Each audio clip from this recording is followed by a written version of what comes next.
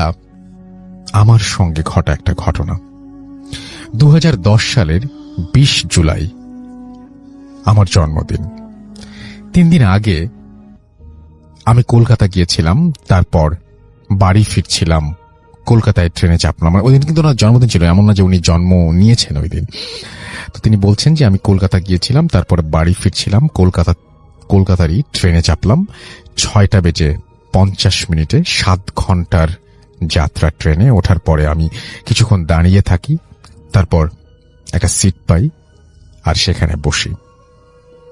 আমার খুব ঘুম আসে, বাট সাধারণত বাস ট্রেনে আমার ঘুম আসে না। ভাবলাম হয়তো কালান্তরের জন্য ক্লান্তি এসেছে, এই জন্য হয়তো আমার ঘুমটা আসছে। তারপর আমি 10 মিনিটের মতো ঘুমাই, কিন্তু ঘড়িতে দেখি 11টা বাজে। একটু অবাক হই, ভাবলাম হয়তো ক্লান্তির জন্যই অনেকক্ষণ ঘুমিয়েছি, বুঝতে পারিনি। তারপর যখন আমি ঘুম থেকে উঠেই তখন দেখি, আমি এটা দেখার জন্য আমি একেবারেই প্রস্তুত ছিলাম না। আমি দেখি যে আমি যে বগিতে চেপে আছি সেই বগিতে আমি এবং আর 2 জন ব্যক্তি, এবং দুজনই খুব অনেক স্পেলিং মিস্টেক পড়তে একটু সমস্যা হচ্ছে। দুজনই জুব্বা পরে দাঁড়িয়ে আছে। এখানে অবাক করার মতো ব্যাপার হলো যে আমি যখন ট্রেনে উঠেছিলাম প্রচন্ড ভিড়, বাট ট্রেনে এখন 2 জনকে দেখে আমি খুবই অবাক হলাম। এটা আমি কি দেখছি? বাট ওই 2 জন ব্যক্তি নর্মাল মানুষের মতোই, কোনো চেঞ্জ নেই। তবুও আমার একটু ভয় লাগছে, একেবারেই নর্মাল, কিন্তু আমার কেন যেন ভয় লাগছে। কারণ আমি যখন ট্রেনে উঠেছিলাম তখন আমি ভিড়ের জন্য কিছুক্ষণ দাঁড়িয়ে থাকতে হয়েছিল আমাকে।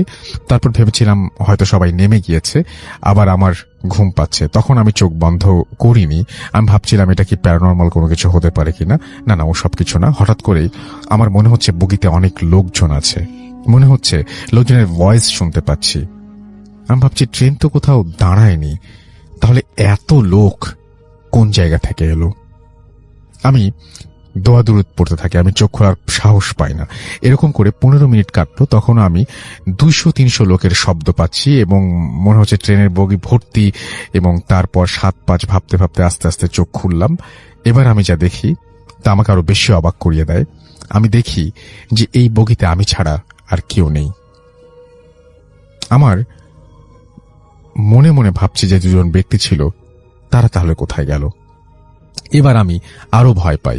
আমাকে আরো 2 ঘন্টা ট্রেনে থাকতে হবে। কি করে থাকবো? আমি একাই, এবং এই দোয়া আরো বেশি বেশি করে পড়তে লাগলাম। আর আমার চোখ আমি বন্ধ করে নিলাম। চোখ বন্ধ করার সঙ্গে সঙ্গেই আমার মনে হচ্ছে আবারও বগি ভর্তি লোক। আমি এবার ভাবলাম আমি আর চোখ খুলব না। তারপর আমি চোখ খুললাম না। 2 ঘন্টা কিভাবে কাটবে এটাই আমার মেইন ভাবনা ছিল। এবং তখন মনে হচ্ছিল যে 2 ঘন্টা না, আসলে আমাকে 2 দিন কাটাতে হবে। বাট আমি ভাবছি যে একবার চোখ খুলে দেখি, আবার ভয়ও করছে। 1 ঘন্টা পর আবার চোখ খুললাম।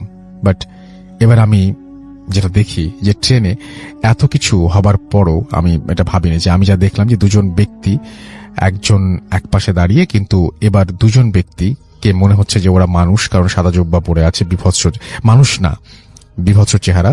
4 ফুট লম্বা হবে, চোখগুলো অনেক বড়, এবং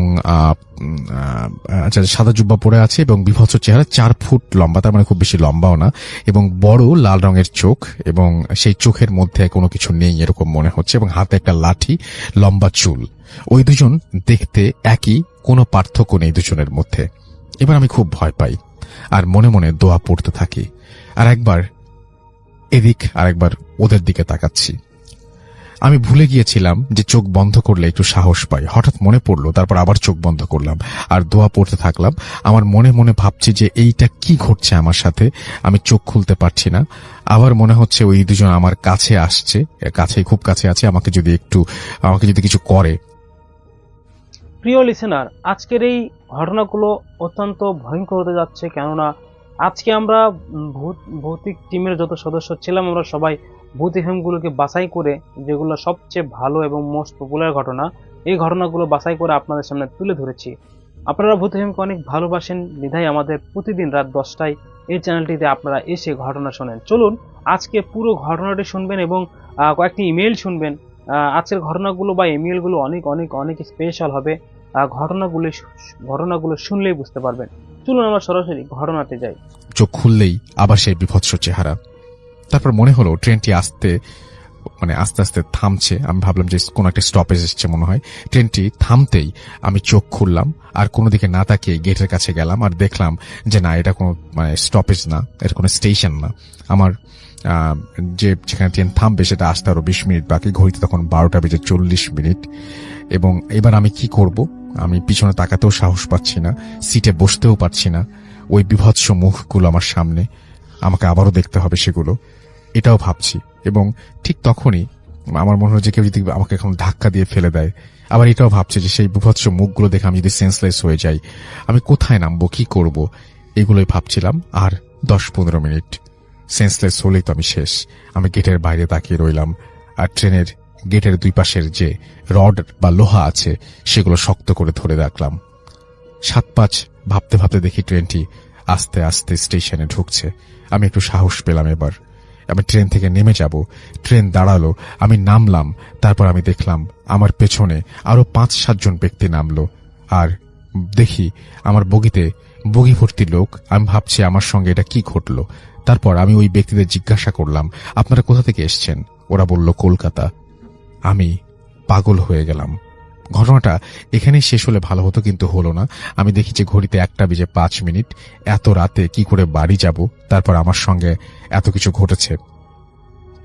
আমি যদি সেন্সলেস হয়ে আমি যদি বেশ ভয় পাচ্ছিলাম। যাই হোক, আমি একটা রিক্সা পেলাম এবং আমাদের দিকে সে যাবে এবং সেই স্টপেজ থেকে বা স্টেশন থেকে 4 কিলোমিটার দূরে। এবং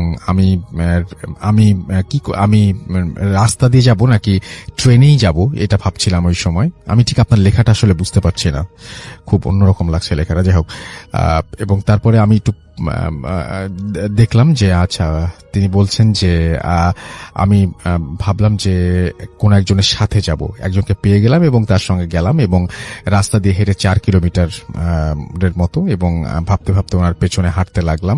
একটা সিগারেট ধরালাম, ওই ব্যক্তিকে একটা সিগারেট দিলাম। দুজনে একসাথে খেতে খেতে 1 কিলোমিটার এলাম এবং ওই ব্যক্তি আমার সাথে বাড়ি চলল। তারপর আমি যা দেখলাম, রেল লাইনের দুপাশে কবরস্থান আর কবরস্থান, হাজার হাজার মানুষের ভিড়, সবাই একটা করে মানুষের সাথে সাদা জব্বা পরা এবং তারা হচ্ছে ওখানে বসে আছে। এবং সেই দুইজন জব্বা পরা লোককে আমি আবারও সেই কবরস্থানের কাছে দেখলাম। তারপর দুজনে আমার দিকে দুজনে আমার কাছে চলে আসলো খুবই।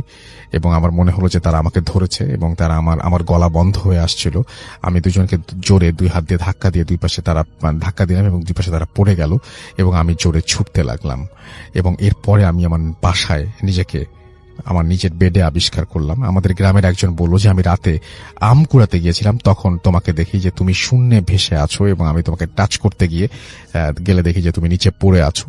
এবং তারপর একটা হুজুরের কাছে আমি যাই এবং সেই হুজুরটি আমাকে তেল পড়া দিয়ে সুস্থ করেন আর কি।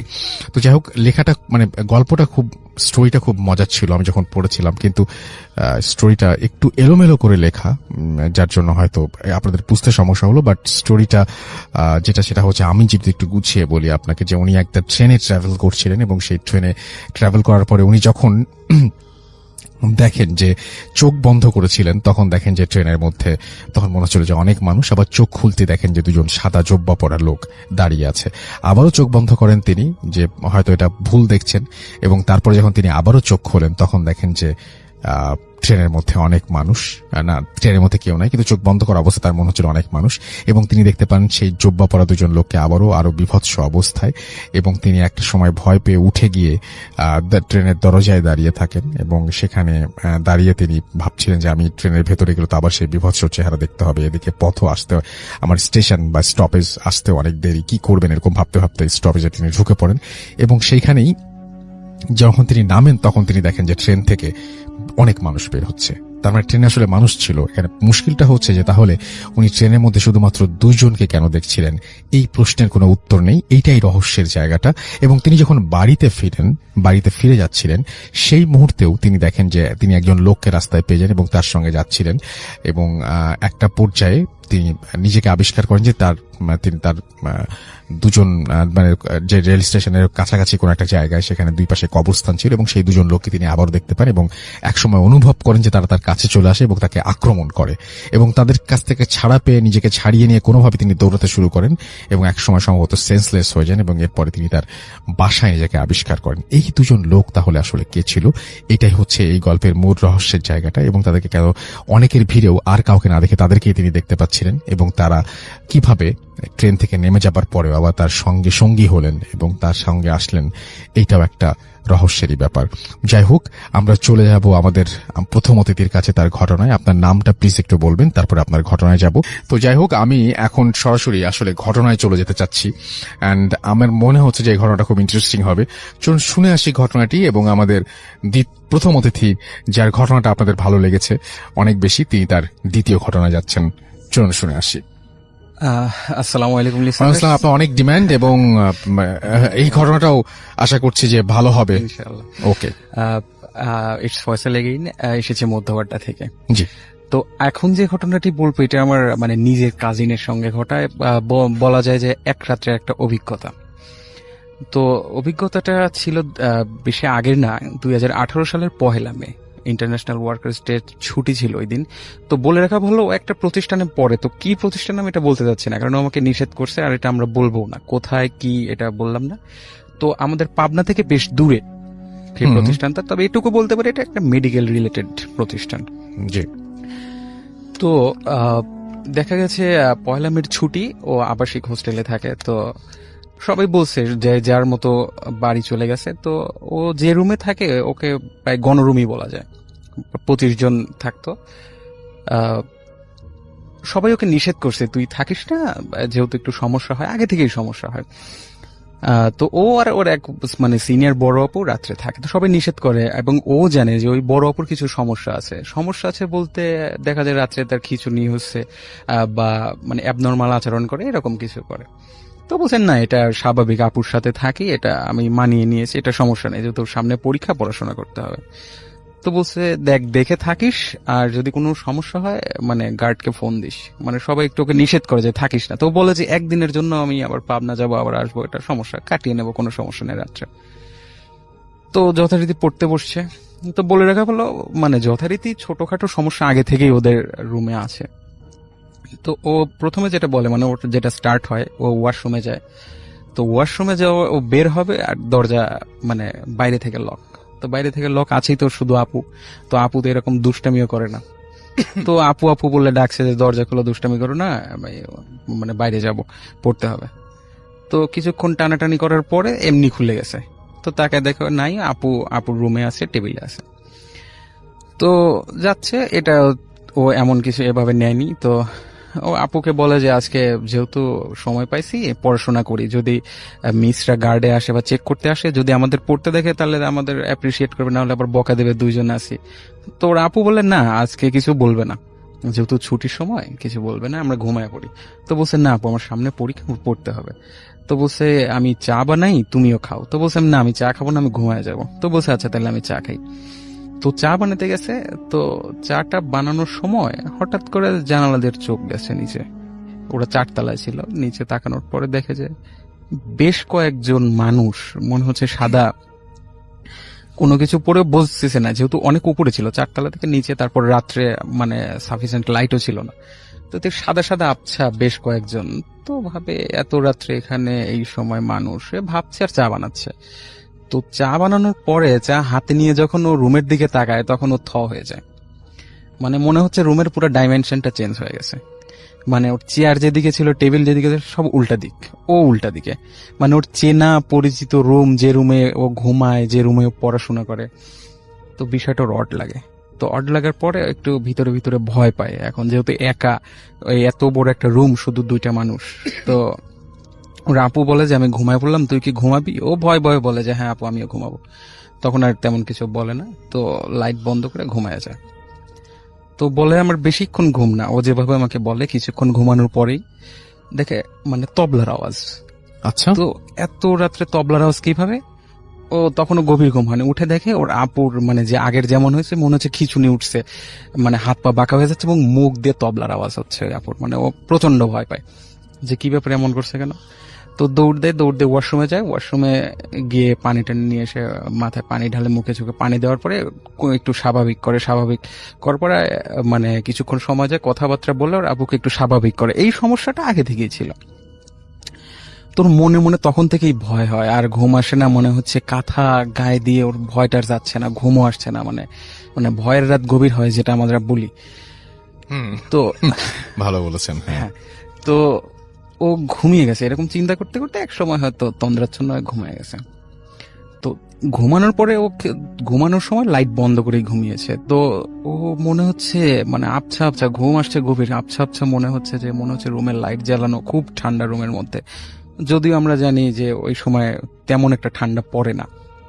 আহ, তো যাই হোক, ও মানে খুব ঘুম, তাকাতেও যাচ্ছে না। তো মনে হচ্ছে মুখের ওপর কোনো কিছু আছে। তো কি আছে, চোখে হালকা একটু মানে করে আবছা হয়ে দেখে যে ওর সেই আপু ওর মুখের সামনে একদম মুখ লাগে মানে বসে আছে, একদম মুখ বরাবর, এবং চোখ দুটা বড় বড় এবং হাসছে, গাল দুটা যতটুকু স্ট্রেচ করে, আমরা যেমন জোকারকে দেখি একদম গাল দুটাকে স্ট্রেচ করে আছে।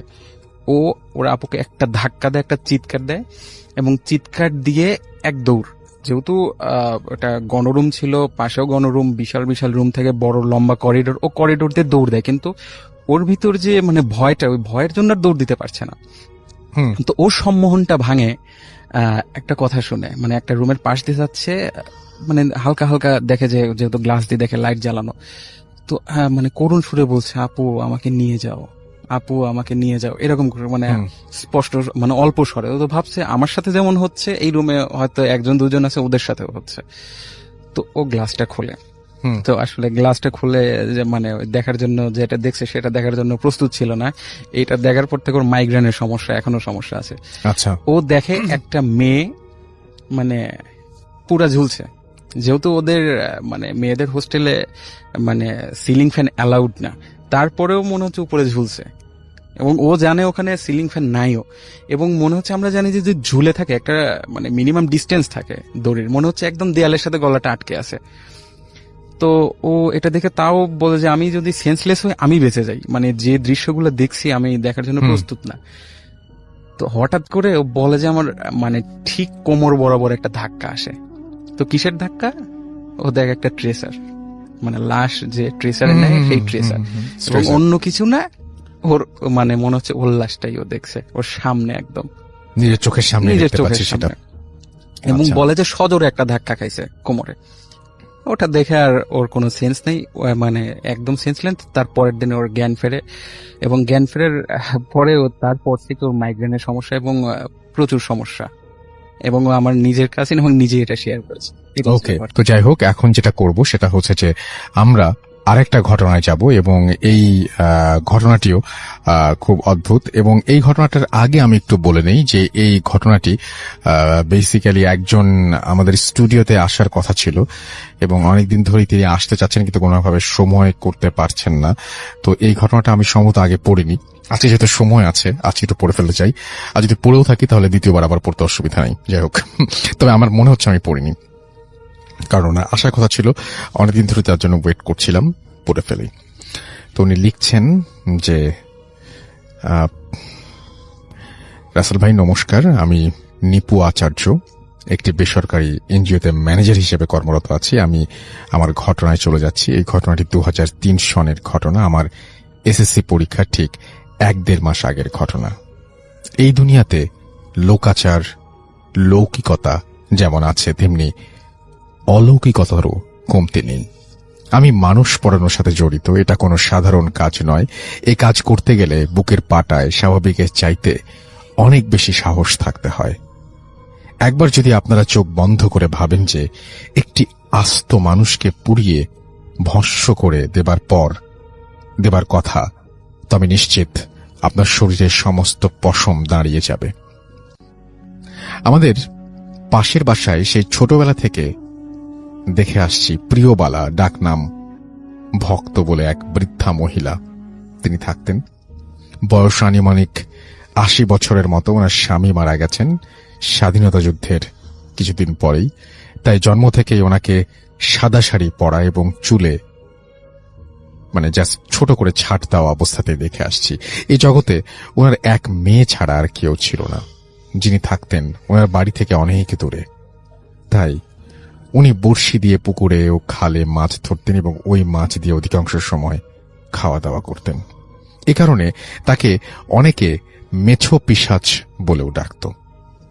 এই ভক্তর কপালে একটা বেশ বড় আকারের টিউমার, যেটা নিয়ে আমরা অনেক ঠাট্টা করতাম। এবার মূল কাহিনীতে আসি। সেবার ভক্ত বেশ কয়েক মাস যাবৎ অসুস্থ অবস্থায় শয্যাশায়ী ছিলেন। গ্রামের সবাই এক পর্যায়ে ওনার বাঁচার আশা ছেড়ে দিয়েছিলেন। সেদিন ছিল শনিবার, অমাবস্যার রাত। তখন আনুমানিক 1:30 মতো বাজে। হঠাৎ ওনার ঘর থেকে অনেক চিৎকার শুনতে পাই। ওনার মেয়ে চিৎকার করে বলছে, তোরা কে কোথায় আছিস, তাড়াতাড়ি আয়, মা আর নেই। ওই গাবগাছটার নিচে তোরা আগুন জ্বালা, আমার মায়ের হাতে আমার মাকে নিয়ে যা। উল্লেখ্য, ওনার ঘরের পাশে একটি বড় গাবগাছ ছিল।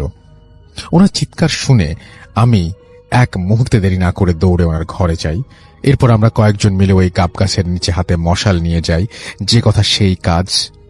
গাছের ওপরের দিকে তাকিয়ে আমরা অনেকে স্পষ্টত দেখি সাদা শাড়ি পরনে এক খুনখুনে বুড়ি গাছের ওপর থেকে লাফ দিয়ে পাশে থাকা একটা পুকুরের মধ্যে পড়ছে।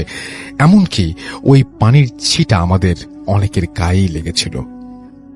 বুঝতে আর বাকি রইল না ব্যাপারটা কি ঘটছে। ঘরে ফিরে ওনার মেয়ের মুখে শুনলাম ওই বুড়ি নাকি ভক্তর পাশেই একটু দাঁড়িয়েছিল। উনি আরও বললেন উনি পাশের রুমে গিয়েছিলেন পানি আনতে। সেখানে বসেই শুনেন ভক্ত বলছে, না আমি যাব না, তুই যা, আমাকে তুই নিয়ে যেতে পারবি না।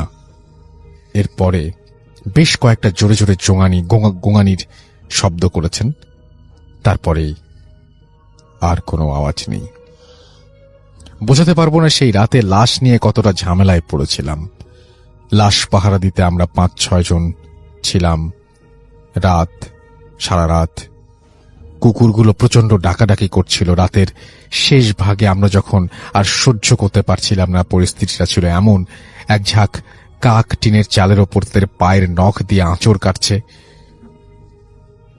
কুক পাখিটা দূরে ভয়ঙ্কর ভাবে গাছের ডালে কুক কুক শব্দ করছে।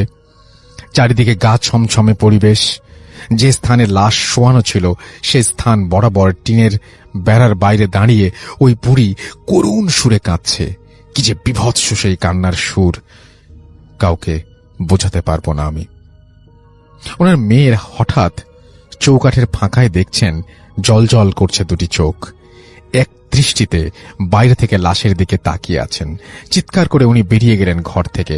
এক পর্যায়ে লাশ একা রেখে আমরাও বের হয়ে আসতে বাধ্য হয়েছিলাম সেই রাতে। আজানের শেষে ভোরের আলো ফুটতেই বাড়ির কয়েকজন মুরব্বী লাশের কাছে গিয়ে দেখি লাশের মাথার বেশিরভাগ অংশই খাওয়া এবং লাশটা নিচুভাবে পা সমান করে বসে আছে। বুঝতে বাকি রইল না রাতে কি হয়েছে। বিকেল 4টার দিকে শ্মশানে লাশ পোড়ানোর জন্য তুলেছিলাম। শেষ হতে রাত 10টা বেজেছিল। তখন আমি বুঝতে পারিনি আমাদের ভাগ্যে কি ভয়ঙ্কর পরিণতি অপেক্ষা করছে। তবে অনেক মুরব্বী সেদিন বলেছিল যে ভক্তবারের দোষ পেয়েছে, সবাইকে একটু সাবধানে থাকতে হবে। কিন্তু তাদের কথা আমি আমলেই নেইনি। যেখানে ওই শ্মশানটা ছিল ঠিক তার বিপরীতে 15-20 হাত দূরে আবার শোবার ঘর ছিল আমার। তখন গভীর রাত, মিটমিট করে হ্যারিকেন জ্বালিয়ে রাখা হয়েছে আমার রুমে।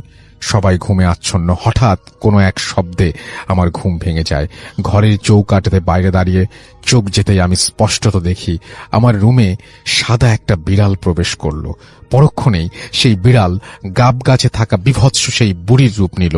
ভয়ঙ্কর সে চেহারা, মুখে তাজা রক্ত মাখা, হাতে ছিল একটা আধ খাওয়া মানুষের মাথা। ওই মাথাটার কপালের ওপরের দিকে একটা বড় গোল টিউমারের মতো। এবার আমার আর বুঝতে বাকি রইল না এটা ভক্তের খাওয়া সেই মাথা। এবার এটা ধীরে ধীরে সে আমার খাটের সামনে এগোতে লাগলো।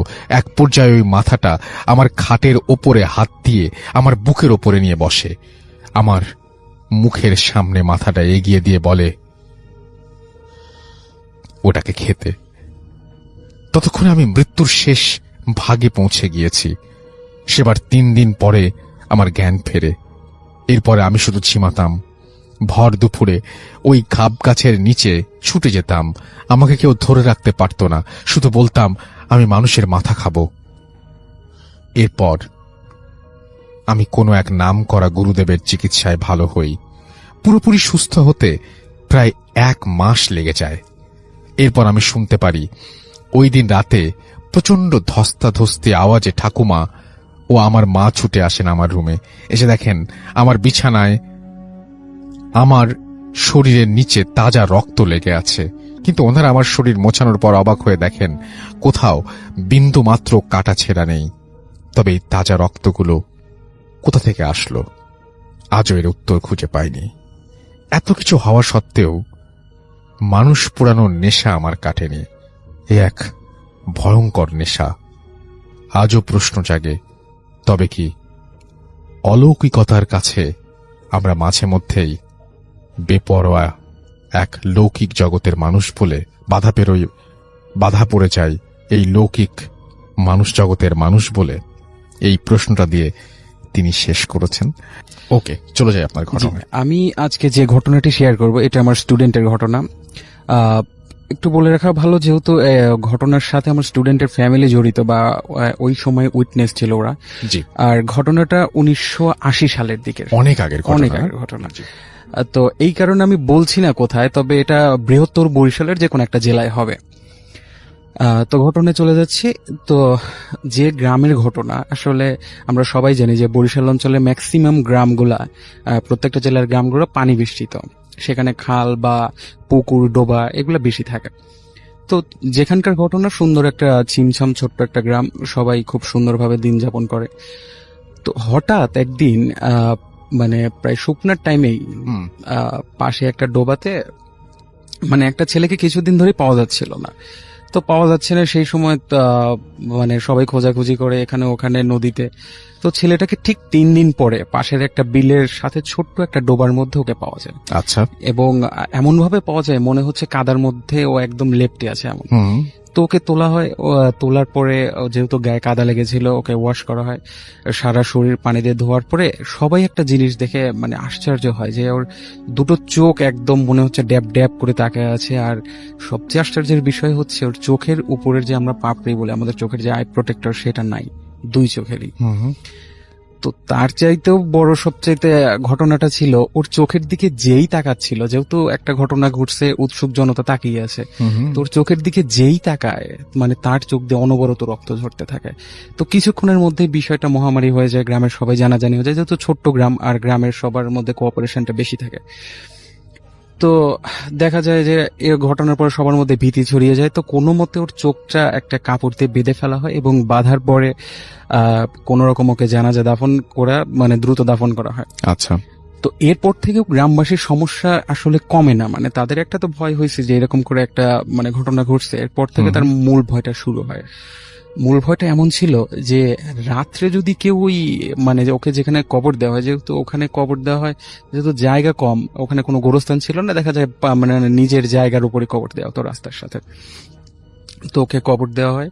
তো ওই কবরের সামনে অর্থাৎ ওই রাস্তার সামনে দিয়ে যদি কেউ যায়, দেখা যাচ্ছে মানে হাতে টর্চ আছে, দেখা যায় তো সবসময় তো যাওয়ার সময় আমাদের চেনা রাস্তা তাদের মানে ওই ধরনের তো কনসার্ন থাকে না, মানে আমরা অচেনা রাস্তায় যেভাবে হাঁটি চেনা রাস্তায় স্বাভাবিকভাবে হাঁটি। তো স্বাভাবিকভাবে হাঁটতে হাঁটতে দেখা যায় কেউ একজন নদীর সামনে চলে আসছে, কেউ বা কোনো বাগানের মধ্যে ঢুকে গেছে, বা কেউ দেখা যাচ্ছে অনেক বাঁশ গাছের মধ্যে চলে গেছে। তো বিষয়টা সবার মধ্যেই মানে খুব ভীতির সৃষ্টি করে, কেন এমন হচ্ছে, এবং কেন এমন হচ্ছে সবার মধ্যে ওই চিন্তাই থাকে, যেহেতু ছেলেটার মৃত্যু স্বাভাবিক ছিল না। এরপরে আরো যে বিষয়টা হয় যে হঠাৎ করে একজন অসুস্থ হয়ে যাচ্ছে বা কারো কোনো গবাদি পশু হঠাৎ করে মারা যাচ্ছে কোনো কারণ ছাড়া, সবার মধ্যে একটা ভীতি সৃষ্টি হয়। তো গ্রামবাসীর মূল কনসার্নটা হয় একটা ঘটনার মাধ্যমে। ওই গ্রামে একজন লোক ছিলেন, দেখা যায় যে সেই সময় এখনো গ্রামে 9টা 10টায় অনেক রাত, আর সেই সময় তো আরো অনেক ছিল। তো হবে 8টা, 8:30 বা 9টা এরকম একটা সময় এক লোক আসছেন, ওনার কাজকর্ম সেরে জ্যোৎস্না রাত, পথ দিয়ে আসছেন, হাতে লাইট আছে কিন্তু লাইট জ্বালাননি। তো হঠাৎ উনি শোনেন মানে এমন ভাবে বলছে যে আব্বা আসছো। উনি মানে হকচকিয়ে যায় যে কি ব্যাপার, কে? তখন বলে আব্বা আমি। মানে ওনার নিজের ছেলের গলা উনি শুনতে পারেন। বলে তুমি এত রাতে এখানে? বলে তোমার জন্য দাঁড়ায় আছি। তো ওনার কাছে একটু অড লাগে যে গ্রামে আমার ছেলের স্বাভাবিকভাবে যাকে দেখি 7টা 7:30 খেয়ে দিয়ে ঘুমিয়ে যায়, তো আমার ছেলে এখানে। তো উনি ভাবে যে ছেলেকে হয়তো শাসন করবো, বাড়ি যাই যেহেতু রাস্তায় আছি। হুম হুম। তো ছেলে সামনে সামনে হাঁটে, তো হাঁটতে হাঁটতে তিনি মানে ফাইন্ড আউট করেন যে ছেলে আর নাই। তো উনি ভাবে যে হয়তো আমার সাথে কোনো দুষ্টামি করছে, এইভাবে উনি খুঁজতে থাকে। তো খুঁজতে খুঁজতে মানে একটু সামনে যায়, সামনে বেশ কয়েকটা বাঁশ গাছ ছিল একদম ঘেরা। তো উনি হয়তো ভাবে এর মধ্যে লুকায় থাকতে পারে, কেন ছেলে এরকম দুষ্টামি করছে। রাইট। তো উনি আস্তে আস্তে একবার এখানে ওখানে খোঁজাখুঁজি শুরু করছে। হুম। তো হঠাৎ উনি খেয়াল করে যে উনি শক্ত কোনো একটা ঢিপির উপর দাঁড়িয়ে। উনি তখনও টর্চ জ্বালান নেই, যেহেতু তখন জ্যোৎস্না রাত ছিল। তো ঢিপি উনি ভাবেন যে মাটির রাস্তা হতেই পারে, তবে উনি ভয় পান যখন হাতটা উপরের দিকে দেন, দেখেন যে একটা বাঁশ তার মাথার উপরে। যেহেতু রাত্রে বুঝতে পারেননি, তো হাতটা যখন একটু ভালোভাবে মুভ করেন তখন দেখেন একটা না অনেক বাঁশ একদম তার মাথায় লেভেল হয়ে আছে। আচ্ছা। মানে উনি সাথে সাথে ভয় পেতেন, কি ব্যাপার, কি হলো। তো উনি বিষয়টা দেখার জন্য সাথে সাথে তার টর্চটা জ্বালান। তো টর্চটাও জ্বালান এবং উনি সবচেয়ে ভয়ের ব্যাপার উনি দেখেন যে সেই ছেলের কবরের উপর সে দাঁড়িয়ে আছে হুম। এবং তার মাথার উপর সারি সারি বাঁশ একদম সোজা হয়ে আছে। তো উনি ভয় পান এবং ভয় পেয়ে দ্রুত ওখান থেকে মুভ করতে যাওয়ার জন্য টর্চটা জ্বালান, এবং টর্চটা জ্বালানোর পরেই দেখেন সেই ছেলেটা যাকে কয়েক মাস আগে কবর দেয়া বা দাফন করার সময় উনিও ছিলেন, ঘটনাটা উনিও জানেন, সেই ছেলেটা ওনার সামনে দাঁড়িয়ে। উনি এক দৃষ্টিতে ছেলেটার দিকে তাকিয়ে আছেন, ওর চোখের দিকে তাকিয়ে আছেন, সেই একই অবস্থা চোখের। তো ওনার সম্মোহনটা ভাঙে যখন উনি দেখেন যে ওনার হাতটা গরম হয়ে যাচ্ছে। তো তাকে দেখেন ওনার চোখ দিয়ে অনবরত রক্ত পড়ছে। ঠিক যখন ওকে পাওয়া যায় মৃত অবস্থায়, তখন যেমন সবার রক্ত পড়েছে ওনারও চোখে রক্ত পড়ছে। তো উনি ঘটনার আকস্মিকতায় ওখানে অজ্ঞান হয়ে যায়। তো সকালে গ্রামবাসী সকালে ওনাকে অজ্ঞান অবস্থায় উদ্ধার করেন, পরে ওখানে জ্ঞান ফেরানো হয়, পরে সবকিছু শোনা হয়। তো গ্রামবাসী একটা জিনিস দেখেন, এই ঘটনার সত্যতা দেখেন যে কাঁচা যে বাঁশগুলো আছে ওগুলা ঠিক সোজা হয়ে দাঁড়িয়ে আছে, কিন্তু যেগুলো একটু পাকা বাঁশ ছিল সেগুলো ভেঙে গেছে। মানে এর থেকেই প্রমাণিত হয়েছে যে উনি যে ঘটনাটা বলছেন যে বাঁশগুলো ওনার মাথার উপর লেভেলে ছিল। আর তারপরেও সবার মধ্যে আরো ভীতি বেড়ে যায় যে এমন কেন হচ্ছে। তো ওই গ্রামের বা পাশের গ্রামের বেশ কয়েকজন মানে হুজুরকে নিয়ে আসা হয় যে সমাধানের জন্য, যে দেখেন বেশ কিছুদিন ধরেই তো এইরকম সমস্যা, কি করা যায়। তো হুজুররা আলোচনা বা তাদের রিচুয়াল করার পর বলে যে দেখেন আমরা বেশি কিছু বলতে পারবো না, এখানে যে জিনিসটা আছে এর সাথে আমাদের শক্তির কোনো মানে তুলনা করা যাবে না, আমরা এটা পারবোই না, আমরা কিছুই পারবো না, আমরা প্রাথমিক লেভেলেও যেতে পারবো না এর সাথে। তো গ্রামবাসী বলছে কি করা যায়, এভাবে তো চলতে পারে না। তখন বলছে পাশের গ্রামে একজন কামেল ব্যক্তি আছেন, কামেল একজন হুজুর আছেন, উনাকে ডাক দেন, উনি হয়তো কিছু করলেও করতে পারেন। তো গ্রামবাসী দ্রুত তাকে ডাকা হয়। তো উনি বিষয়টা সবকিছু শোনেন এবং শোনার পরে বলেন যে আসলে এখানে যে জিনিসটা আসলে মানে যে আমরা স্পিরিট বলি বা এভিল বলি, তো খুব শক্তিশালী। মানে আমরা স্বাভাবিকভাবে যে জিনের কথা বলি তার চেয়েও শক্তিশালী জিন, যেমন আমরা ইফরিত বা জুয়ান্নার কথা জানি, মানে এটা আমার ব্যক্তিগত ওপিনিয়ন। জি জি। তো বলেন যে এটা সমাধান করা যাবে, তবে গ্রামবাসীর উপর দিয়ে একটা ঝড় বয়ে যাবে, সবাইকে শক্ত হতে হবে। তো বলছে কি করতে হবে, তো বলছে গ্রামবাসীর মধ্যে 2 জন শক্তিশালী যুবককে দিতে হবে, এবং এই 2 যুবককে নিয়ে আমি ওই কবরটা আবার খুঁড়ব, এবং এই কবর খোঁড়ার সময় এবং এই লাশটা দেখার পরে লাশের কি চেহারা, লাশের কি হয়েছে, এই 2 ব্যক্তি মৃত্যুর আগেও বলতে পারবে না, কাউকে বলতে পারবে না। অন্য যা কিছু বলতে পারবে, কিন্তু এই ওর লাশের যে কি অবস্থা এটা বলতে পারবে না, এবং গ্রামবাসী কেউ এই সময় আসতে পারবে না, সবাই যার যার ঘরে থাকবে, নিরাপদে থাকবে। তো বলছে আচ্ছা তাই হবে। তো একদিন দিন ঠিক করা হয় শুক্রবারে, এমনি মানে সকাল, মানে সেদিন সকালে ছিল বৃষ্টি বৃষ্টি মেঘলা মেঘলা একটা ভয়ার্ত পরিবেশ। তো সকালেই ফজরের নামাজের পরেই মানে আলো ফুটছে, এই অবস্থায় লাশটাকে আবার খোঁড়া হয় এবং মানে ওই লাশটা তোলা হয়। তো লাশটা তুলে গ্রামবাসী সবাই যার যার মতো যার ঘরে চলে গেছে। মানে হয়তো কিছু মানুষ উৎসুক, হয়তো লুকিয়ে ছাপিয়ে দেখছে কি হচ্ছে। তো লাশটাকে নিয়ে ওই যেখানে ওকে পাওয়া যায়, অর্থাৎ যে বিলের পাশে যে ডোবার মধ্যে পাওয়া যায় সেই ডোবার পাশে যাওয়া হয়। তো ওই ডোবার পাশে একটা নারকেল গাছ ছিল, তো আচ্ছা। আগে থেকে নারকেল গাছটা কাটা হয় এবং ওকে 2 টুকরা করা হয় হুম হুম। এবং ওই 2 টুকরার মাঝে লাশটাকে রাখা হয়। রাখার পরে হুজুর তার নিজের মতো রিচুয়াল শুরু করেন এবং ওই 2 ব্যক্তিও পাশে থাকেন। তো রিচুয়াল করার এক মুহূর্তে সেই মানে স্পিরিটটা চলে আসে। তো চলে আসার পরে তখন মানে যারা দেখছে, যারা উইটনেস, মানে আমার স্টুডেন্টের নানি বা ওর আত্মীয় স্বজন অনেকেই দেখছে, তারা বলছে যে অনেকটা ছায়ার মতো, এমনিতে মেঘলা মানে ক্লিয়ার না। হুম হুম।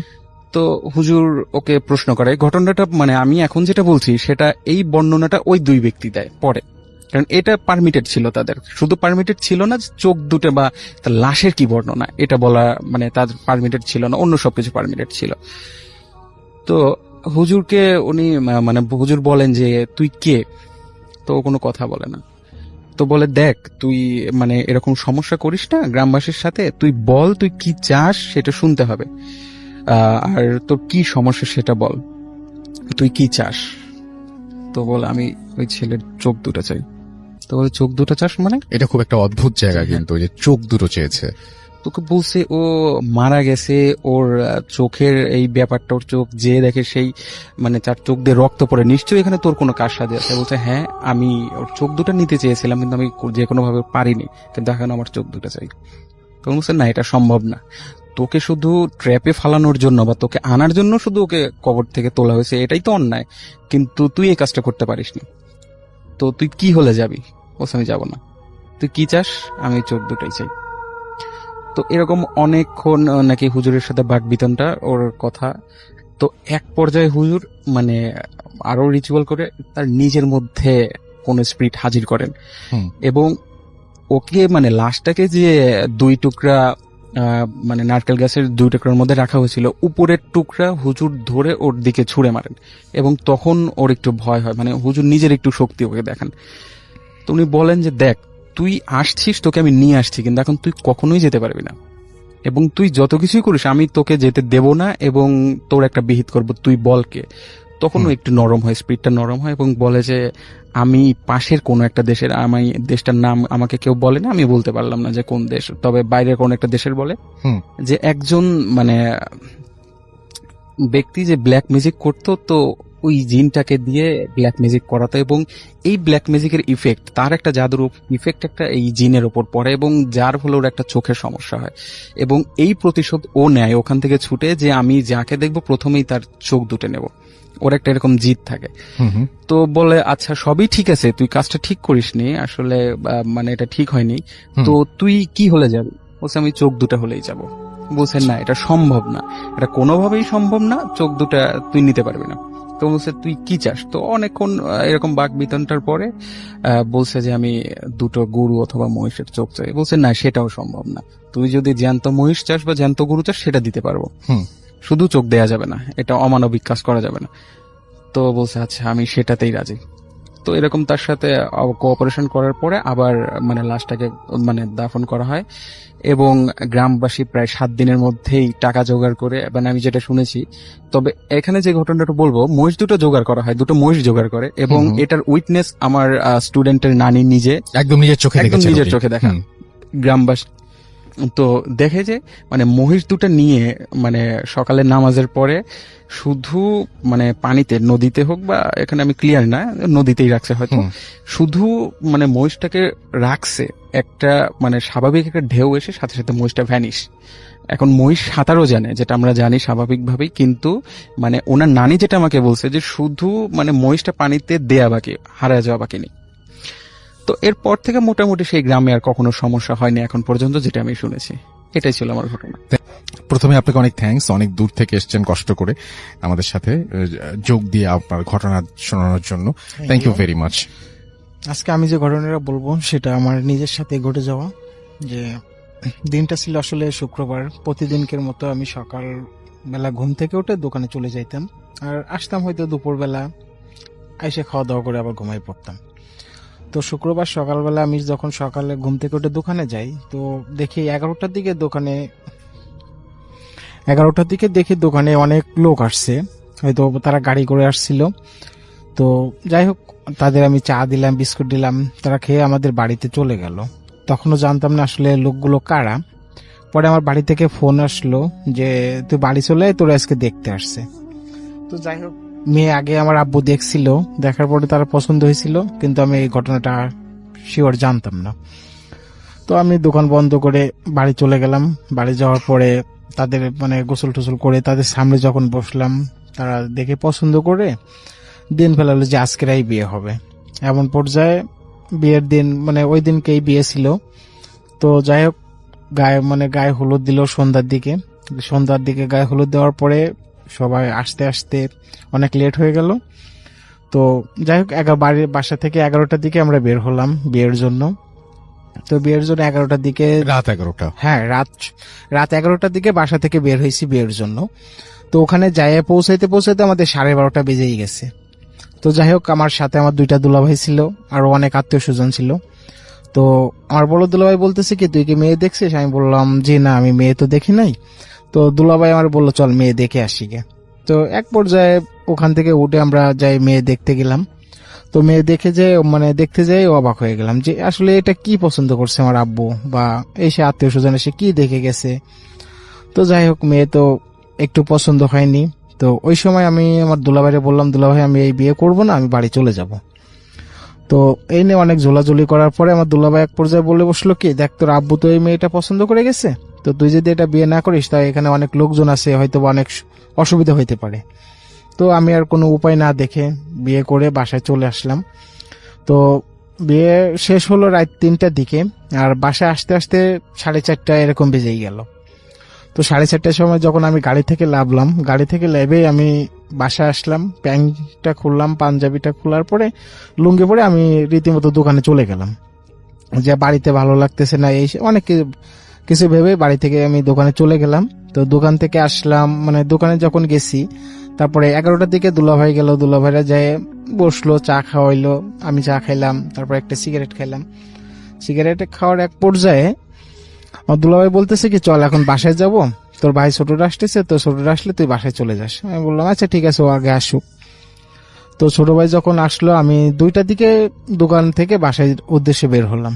তো বাসায় যে এক পর্যায়ে বাসায় পৌঁছায় গোসল করে খাওয়া দাওয়া করে আমি একটু ঘুমালাম। ঘুমানোর পরে বিকাল 4টা অথবা 5টার দিকে আমার দুলাভাইয়ের সাথে করে নিয়ে আমি আবার বাজারের দিকে গেলাম। বাজারের দিকে এসে দুজনে বসে গল্প করতেছি বা চা খাইতেছি, অনেক কিছু খাওয়া শেষ করে রাত যখন 9টা বাজে তখনই বাসার দিকে দুলাভাই বললো চল এখন বাড়িতে যাই। তো আমি 9টার দিকে দুলাভাইয়ের সাথে বাড়িতে আসলাম। বাড়িতে আসতে আসতে 9:40 অথবা 45 এরকম বেজেই গেছে। তো যাওয়ার পরে বাড়িতে তো একটু ভালো লাগতেছিল না। তো আমি দুলাভাইয়ের সাথে আমাদের পুকুর পাড়ে যেয়ে বসে রয়েছি। তো পুকুর পাড়ে দুলাভাই আমি গল্প করতে করতে প্রায় 10:30 বাজে। ওই সময় বলতেছে চল তোর আব্বু বাড়ি আইছে, চল যাই খাওয়া দাওয়া করে নি। তো সবাই একসাথে খাওয়া দাওয়া করলাম। খাওয়া দাওয়া করার পরে আমি যখন ঘরে ঢুকলাম, ঘরে ঢোকার পরে আমার টোটালি ভালো লাগতেছিল না। তো হঠাৎ মানে রাত 11:05 অথবা 10 এরকম টাইমে আমি ভাবলাম যে আসলে বাড়িতে তো ভালো লাগতেছে না, দেখি বাজারের দিকে যাই। তো দোকানের চাবি অলরেডি আমার কাছে একটা থাকেই, আর আব্বুর কাছে একটা থাকে। তো আমি বাসা থেকে বেরোয় রাত 11:20 বাজে, তখন আমি ঘড়িটা দেখছিলাম 20-এর দিকে আমি আস্তে আস্তে বাজারের দিকে গেলাম। তো বাজারের দিকে যাওয়ার পথে আমার কোনো অসুবিধা হয়নি, আর আমাদের ওই রাস্তাটা ছিল অনেক ভয়ঙ্কর। তো টুকটাক অনেক কিছুই ঘটছে সবার সাথে, তো এর আগে আমি কখনো এটা অনুভব করি নাই। তো যাওয়ার সময় কোনো অসুবিধা হয় নাই। তো রাত আমি টিভি যাই, দোকান শাটারটা খুলে টিভি দেখতে দেখতে এক পর্যায়ে রাত 2টা বেজে গেছে। তো 2টা বাজার সময় সিকিউরিটি গার্ড আমার এসে বলতেছে কিরে তোর এত রাত পর্যন্ত তুই বাজারে কেন, তুই বাড়ি যাবি না? আর আজকে না তোদের বাড়ি এরকম অনুষ্ঠান হচ্ছে, এসে অনেক কিছু বললো। তো আমি মোবাইলটা বের করে দেখি তখন রাত বাজে 2টা। আমি বললাম আচ্ছা ঠিক আছে কাকা, আমি যাইতেছি, আপনি থাকেন। পরে আমি শাটারটা লাগাই আস্তে আস্তে বাড়ির দিকে মুভ করলাম। তো বাড়ির দিকে আসার এক পর্যায়ে আমাদের ওখানে একটা তালসারি নামে একটা জায়গা আছে। ওই জায়গাটা ছিল অনেক ভয়ঙ্কর, বা ওই জায়গাটায় সবাই প্রচুর মানে ভারী রাত্রে কেউ যদি যাইতো তো অধিকাংশ সময় ভয় পাইতো, যেই হোক না কেন, তাই যত সাহসী হোক বা যাই হোক না কেন। তো ওই সময় আমার সাইডে মানে 4টা বিড়াল, সামনে একটা পিছনে একটা, 2 সাইডে 2টা বিড়াল আমার পিছন পিছন মানে সাথে সাথে হাঁটতেছে। আমু হাঁটতেছে, এরাও হাঁটতেছে, আমি দাঁড়াইলে এরাও দাঁড়াইতেছে। তো এরকম যখন হচ্ছে তখন আমি ততটা ভয় পাইনি, বা আবার আমি চিন্তা করলাম যে আমি সামনের দিকে যাই, এগুলো বিড়াল তো, আর কিছুই তো না। তো সামনের দিকে যাওয়ার সময় আমাদের সামনে যায় একটা তাল গাছ আছে, ওই তাল গাছটাই আমাদের। তো লম্বা একটা তাল গাছ, ওখানে যখন গেলাম ওই জায়গায় একটা কালভার্ট ছিল আর 2 সাইডে ধান ক্ষেত। তো আমি চিন্তা করলাম এই বিড়াল সাথে করে নিয়ে যাওয়াটা ঠিক হবে না। তো আমি একটা যখন লাথি মেরে নিচে ফালাই দিছি ধান ক্ষেতের ভিতরে, তো বাদ বাকি 3টাই চলে গেছে ওখান থেকে। তারপর আমি আবার হাঁটতেছি, হাঁটতে হাঁটতে মনে করেন সামনে কিছুক্ষণ যাওয়ার পরে দেখি একটা মনে করেন বাঘের মতো একটা কিছু ধান ক্ষেত থেকে বেরোয় লাফ দিয়ে রাস্তার পারে আসলো, মানে আবার লাফ দিয়ে ধান খেতে পড়লো, আবার এই পাশে লাফ দিয়ে ধান খেতে মানে রাস্তার পারে আসতেছে, আবার এই পাশে লাফ দিয়ে ওই পাশে যাচ্ছে। তখন যাওয়ার এক পর্যায়ে আমার গাটা একটু হালকা কেঁপে উঠলো যে আসলে এটা কি হচ্ছে। তখন আমি ভাবতেছি যে এখানে বেশিক্ষণ দাঁড়ায় থাকাও ঠিক হবে না, আর এটা ভাবাও ঠিক হবে না। আমি আবার সামনের দিকে হাঁটতে শুরু করলাম। হাঁটতে হাঁটতে হাঁটতে সামনের দিকে যাওয়ার সময় মানে সামনে যত এগোচ্ছি ততই মনে একটু একটু ভয় করতেছে। তো সামনে কিছুক্ষণ যাওয়ার পরে আমাদের মানে রাস্তার সাইডে, এক সাইডে জঙ্গল, এক সাইডে একটা কুল বাগান। তো কুল বাগানটা অনেক লম্বা, আর এই সাইডে জঙ্গল। তো জঙ্গলের সাইডে কবর বা মানে অনেক কিছুই, আগে শ্মশান ছিল, তারপরে কবরস্থান হয়েছে। তো ওখানে যখন আমি যাইতেছি মানে কুল ক্ষেতের কানি যখন আমি ক্রস করব, তখনই দেখি যে 22-23 হাত মতো একটা লম্বা লোক। তো লোকটার মাথাটা ছিল তার দেহ থেকে আলাদা, আর রক্ত তার পুরা শরীর বয়ে বয়ে নিচে পড়তেছে। তো ওই লোকটা মানে কুল ক্ষেতের ওই মাথা থেকে এক পা রাস্তার পাড়ে দিল, রাস্তার পাড়ে দিলে দেখে পুরা রাস্তায় রক্তে ভিজে গেছে। আর পরের পা দিয়ে যখন ওই পাশে পার হয়ে গেল, তখন আমি আর মানে কিছুই বলতে পারি না। কিছু না বলতে পারার কারণে যে রাত যখন 4:30 বাজে মানে ফজরে আজান দেওয়ার কিছুক্ষণ আগে আমার আব্বু আমারে ফোন দিছে যে তুই কই, মানে যখন আমার ঘরে দেখে নাই বা এসে অনেক মানে ফোন দেওয়ার পরে আমি আব্বুর সাথে একটু মিথ্যা কথা বললাম যে আমি আসলে টয়লেটে আইছি। এই বললে আমি ওই সময় আমি যখন বুঝতে পারলাম যে আমি এখনো পর্যন্ত এখানে দাঁড়িয়ে রয়েছি, তো যাই হোক তাড়াতাড়ি আমি বাড়িতে চলে গেলাম। বাড়িতে যাওয়ার পরে আমি কাউকে কিছু বললাম না, ওই অবস্থায় ঘুমাই পড়লাম। ঘুমাই পড়ার পরে সকাল যখন 11টা বাজে তখন আমি ঘুম থেকে উঠলাম। ঘুম থেকে ওঠার পরে গোসল করে খাইতে যাব, তখনই মানে আমার পুরো শরীর তো প্রচুর পরিমাণ ব্যথা, আমি হাঁটতে পারতেছি না, এরকম একটা অবস্থা। তো আমি আর না খাইতে যাই, আমি আমার দাদার কাছে গেলাম, দাদার কাছে যাই একটু ঝাড়ফুঁক করে আসলাম। আসার পরে দেখি ব্যথাটা হালকা একটু কমছে। তো এইভাবে আমি আর ওই দিনকে দোকানে গেলাম না, বা সারাদিন বাড়িতেই ছিলাম। তারপরে সন্ধ্যার সময় যখন আমি সন্ধ্যার পরে মাগরিবের আজানের কিছুক্ষণ পরে আমি টয়লেটে যাওয়ার জন্য বের হলাম। তো টয়লেটে যখন গেছি, যাওয়ার পরে টয়লেট থেকে বেরোয় দেখি আমার পা দিয়ে খালি রক্তই বের হচ্ছে, কোনো কাটার চিহ্ন না, মানে কোনো জায়গায় কেটে গেলে যেরকম রক্ত বেরোয় এরকমই বেরোচ্ছে, কিন্তু কোনো জায়গা থেকে কোনো কাটার কোনো পাওয়া যাচ্ছে না। তো আমি ওটা আমার দাদি দেখলো, দাদি দেখার পরে আমার দাদি বলতেছে কি ব্যাপার তোর রক্ত বেরোচ্ছে কে? আমি বলছি সেটা তো জানি না, কোনো জায়গায় কোনো কাটেও যায় নাই বা মানে কোনো আঘাতও লাগে নাই, এমনি রক্ত বেরোচ্ছে। তা তুই তখন দাদি বলতেছে তুই একা একা বাইরে আসিস কেন? তো আমি দাদির সাথে পুরো ঘটনাটা শেয়ার করলাম। তো দাদি আমার অনেক ধমক দিল যে তুই এরকম গায়ে হলুদ হয়েছে, বিয়ে হয়েছে, সেই দিনকে তুই বাইরে গেছিস কারণ না নিয়ে, আর এত রাত্রে যদি মানে অন্যরকম কিছু হইতো তখন কি করতি? তো আমি আর কিছু বললাম না, দাদিরও বলতে নিষেধ করলাম। তো এইভাবে তারপরের দিনকে আমি একটা কবিরাজের কাছে গেলে একটা মাদুলি দিল, তারপর থেকে স্বাভাবিক ছিল। এই ছিল আমার ঘটনা। তো পারে তো যেভাবে লিখেছেন আমি সেভাবেই পড়ে শোনাচ্ছি। তিনি লিখেছেন যে রাসেল ভাই সালাম নিবেন, আশা করি ভালো আছেন, আপনি তো সবসময় ভালোর দলে। আমি মোহাম্মদ সামাউন হাবিব, দিনাজপুর, এবং তিনি বর্তমানে পুলিশে কর্মরত আছেন, এবং তিনি বলছেন যে আমি একজন নিয়মিত শ্রোতা, আমি আপনাদের সব এপিসোড শুনি। সময়ের কারণে আপনাদের ওখানে যেতে পারলাম না। আজ আমি যে ঘটনাটি বলছি সেটি একটি সত্য ঘটনা। যে সময় এই ঘটনাটি ঘটেছে আমি সেই সময় আমার বাসায় ছিলাম, আর এটা ঘটে আমার পরিচিত এক লোকের সঙ্গে। সঙ্গত কারণে এই ব্যক্তির নাম বলছি না, ভালো লাগলে পড়ে শোনাবেন। বলে রাখি যে জায়গায় ঘটনাটা ঘটেছে সেটা হলো দিনাজপুর জেলার বিরল থানায়। আমাদের দিনাজপুর জেলার বিরল থানায় টাঙ্গাইল নামের একটি নদী আছে। এর অবস্থান হল দিনাজপুর সদর থেকে সোজা পশ্চিমে। সেই নদী দিয়ে একটি সত্যি ঘটনা পাঠালাম, নদী নিয়ে একটি সত্যি ঘটনা পাঠালাম। এই নদীতে এমন একটি ঘটনা ঘটে যে প্রতি বছর একই সময় ওই নদীতে প্রচুর মাছ পাওয়া যায়। ওই মাছ আসে কোথা থেকে তা কেউ বলতে পারে না। আর এই ঘটনা ঘটে বেশ কয়েক বছর ধরে। আর এই নদীর অবস্থান হল ভারতবর্ষের একদম বর্ডারের কাছাকাছি।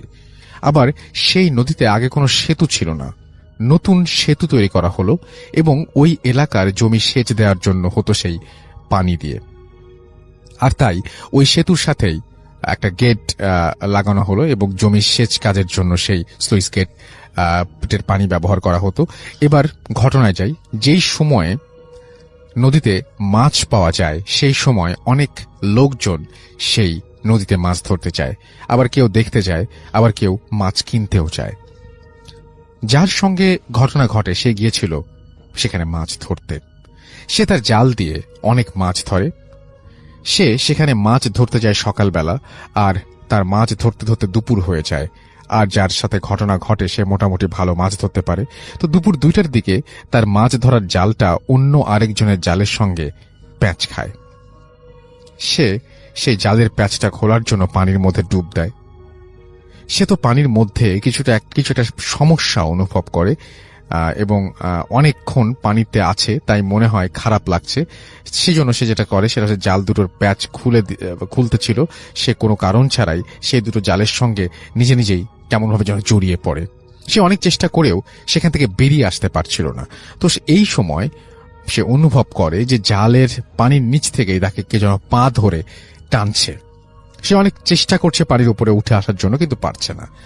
পানির ওপরে, পানির নিচে আবছা আলোতে সে দেখতে পায় যে ছোট একটা বাচ্চার মতো কিছু একটা তার পা ধরে টানছে এবং জালের সঙ্গে তাকে পেঁচিয়ে ফেলছে। আরো অবাক করা বিষয় হলো তার শরীরে কোনো শক্তি সে পাচ্ছিল না। তো অনেক কষ্টে পানির ওপরে উঠে সে চেঁচিয়ে বলে, আমাকে বাঁচাও।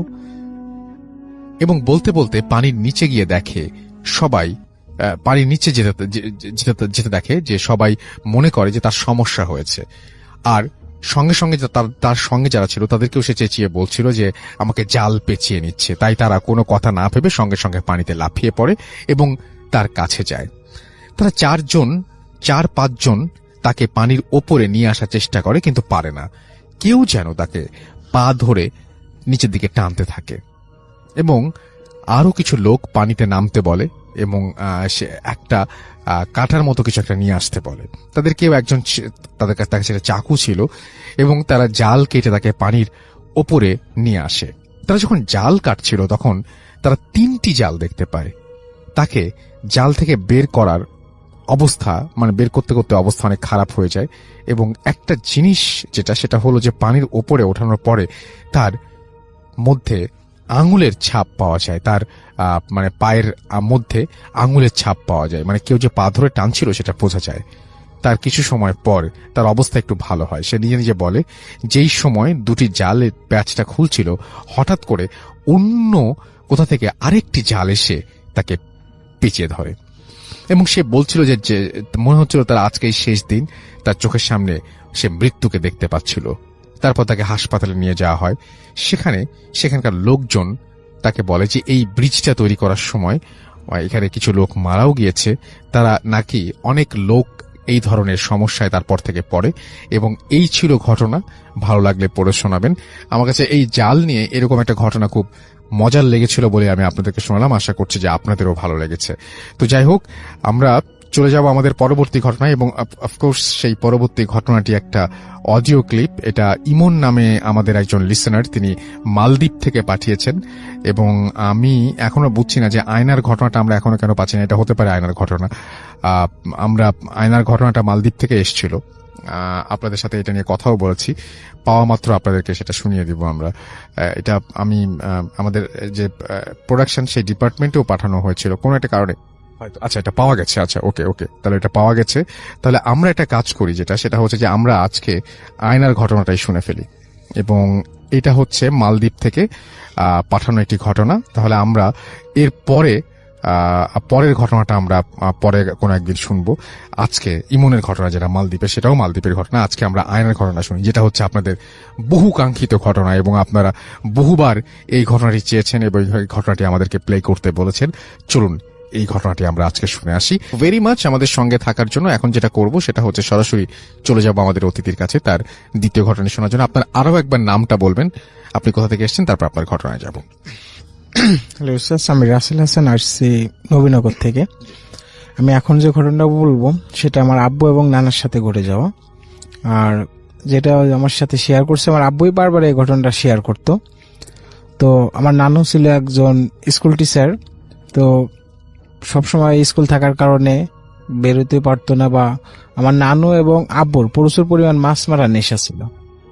তো একদিন, সেদিন ছিল রবিবার, সকালে নানু আসছে আমাদের বাড়িতে, এসে আব্বুকে বলছে কি যে আজকে চলো দুজন মাছ মারতে যাই। তো আব্বু যথারীতি কাজকর্ম ফেলাই থুয়ে, মানে মাছের খাদ্য নিয়ে কপোতাক্ষ নদীতে মাছ মারতে গেছিল। যাওয়ার সময় যে জায়গায় আব্বু এবং নানু মাছ মারতেছিল তার উল্টো দিকেই শ্মশান ছিল। তো শ্মশানের, নানু ছিল শ্মশানের ওই পাশে আর আব্বু ছিল শ্মশানের এই পাশে। দুজনে দুই জায়গায় বসে ছিপ দিয়ে মাছ মারতেছে। তো সকাল 9টার দিকে যায় বসছে। তো 10টার দিকে আব্বু একটা বড় রুই মাছ পাইছে, নানু একটা মাছও পায় নাই। তো এইভাবে আব্বু 4-5টা মাছ পাওয়ার পরে ততক্ষণও নানু কোনো মাছ পায় নাই। আচ্ছা। তো মাছ না পাওয়ার কারণে 12:30 বা 1টার দিকে এরকম হবে। তো নানু যখন প্রথম বসি উঠাইলো, দেখলো যে একটা মানুষের পা উঠছে। তো এটা দেখে আব্বু একটু অবাক হলো। নানুর কোনো মানে চিন্তাই নেই যে একটা মানুষের পা উঠছে, বা তার ভিতরে কোনো ভয় বা কোনো কিছুই নাই। আচ্ছা। তো আব্বু এটা দেখে নানুরে একটু, মানে নানুরে বলতেছে যে জামাই চলেন বাড়ি চলে যায়, এখন আর মাছ মারতে হবে না, আর জায়গাটাও ভালো না, চলো বাড়ি চলে যায়। তো নানু আর আব্বুরে ধমক দিতেছে যে কি হবে, এনে প্রতিদিনই তো এসে মাছ মারি, আজকে আর কি হবে। তো এই বলতে আব্বু আর তখন মাছ মারতেছে না, বসে রয়েছে। আব্বু খালি নানুর যে এটা ওটাই দেখতেছে যে তাল ভাই না কি করে না করে। তার আধা ঘন্টা পরে বা এরকম 20-25 মিনিট পরে যখন আবার বসি, মানে পাতাশি তোলাই গেছে, তখন আবার নানু টান দিছে। তো দেখে একটা হাত, একটা মানুষের কাটা হাত, মানে উঠছে, রক্ত পড়তেছে, মনে হচ্ছে যেন এক্ষুনি হাতটা কাইটে বসি থেকেও গাইতে দিছে। তো এটা দেখে আব্বু আরো মানে একটু অবাক হয়ে গেল যে আসলে খারাপ কিছু ঘটবে, বা নানুরে যে কোনো ভাবে বাড়ি নিয়ে যাইতে হবে। তো আব্বু যায়, আবারও নানুরে ধমক দেয়, কিন্তু নানু উঠেই না। তো যেহেতু সে আব্বুর শ্বশুর, এই জন্য বেশি কিছু বলতেই পারে না। আর আব্বু বসে বসে দেখে ওটা কি হচ্ছে কি না হচ্ছে। তো এইভাবে মনে করেন অনেক সময় কেটে গেল, যে 3টার দিকে যায়, 3টা অথবা 4টা, মানে আসলে কিছুক্ষণ আগে নানুর যখন আবার বসে তুলছে, তখন দেখে শুধুমাত্র একটা মানুষের মাথা আর সারা মুখে ধাড়ি, মানুষটা খিলখিল করে হাসতেছে। তো এটা দেখে নানু তখন একটু অবাক হয়, বা নানু একটু চিৎকার দিয়ে ওঠে। তখন আব্বু একটু সাইডে ছিল, সাইডে ছুটে যায়, দেখে যে এই অবস্থা, সিপে ওরকম মানুষের মাথাটা চুলের ভিতরে আটকানো রয়েছে। তো নানুরে আব্বু অনেক ধমক দিল, তারপরে সিপটা ভাঙিয়ে দেওয়ার পরে আব্বু জোর করে নানুরে বাসায় নিয়ে চলে আসলো। তো ভয় পাওয়ার কারণে নানু বাসায় আসলো। যখন আসার পরে নানুর প্রচুর পরিমাণ জ্বর। তো নানু তখন আমাদের বাসায় ছিল। আমাদের বাসা থেকে বিকালবেলা আবার মামার এসে নিয়ে যাওয়ার পরে সেই জ্বর অবস্থায় বাড়িতে নিয়ে যায়। এইভাবে অনেকদিন অসুস্থ ছিল, মানে 3-4 মাস মতো অসুস্থ থাকার পরে আস্তে আস্তে নানু মানে শুকায় মারাই গেছিল। আমার ঘটনা। থ্যাংক ইউ সো মাচ আপনার ঘটনার জন্য, আপনাকে অনেক ধন্যবাদ। তো আমরা চলে যাব আমাদের পরবর্তী ঘটনায়। আমাদের সঙ্গে আরো একজন, আমাদের শেষ ঘটনা এটা বলতে পারেন, আমাদের একজন অতিথি আছেন, তিনি তার ঘটনাটি শোনাবেন আমাদেরকে। আপনার নামটা প্লিজ একটু বলবেন, কোথা থেকে এসেছেন সেটা বলবেন, তারপর আপনার ঘটনায় যাব। আসসালামু আলাইকুম রাসেল ভাই আর ডিয়ার লিসেনার্স, আসসালামু আলাইকুম। আমার নাম ইয়াসিন মাহমুদ সম্রাট, আমার বাসা পুরান ঢাকা কলতা বাজার। ইমন ইয়াসিন আমার পক্ষ থেকে সবাইকে রমজানের শুভেচ্ছা, রমজান মোবারক। তো গল্প বুঝার আগে বুঝানোর জন্য একটা কথা বলে শুরু করি। আমরা সবাই এটা বিশ্বাস করি যে আমি জিন এবং মানুষকে সৃষ্টি করেছি একমাত্র আমার ইবাদত করার জন্য, আল্লাহর কথা। তো যারাই শুনছেন, অনেকে বিশ্বাস করে, অনেকে বিশ্বাস করে না।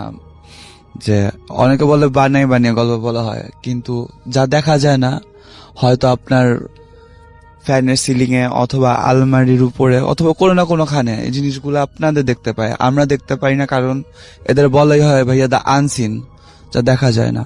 তো আমার ঘটনায় চলে যাই। ঘটনাটা আমার ফ্রেন্ড শেয়ার করেছে, ওর নাম আনিকা তাসনিম। ওর বাবার বাসা পুরান ঢাকার তাঁতিবাজার এলাকায়। তো ঘটনা শুরু করছি।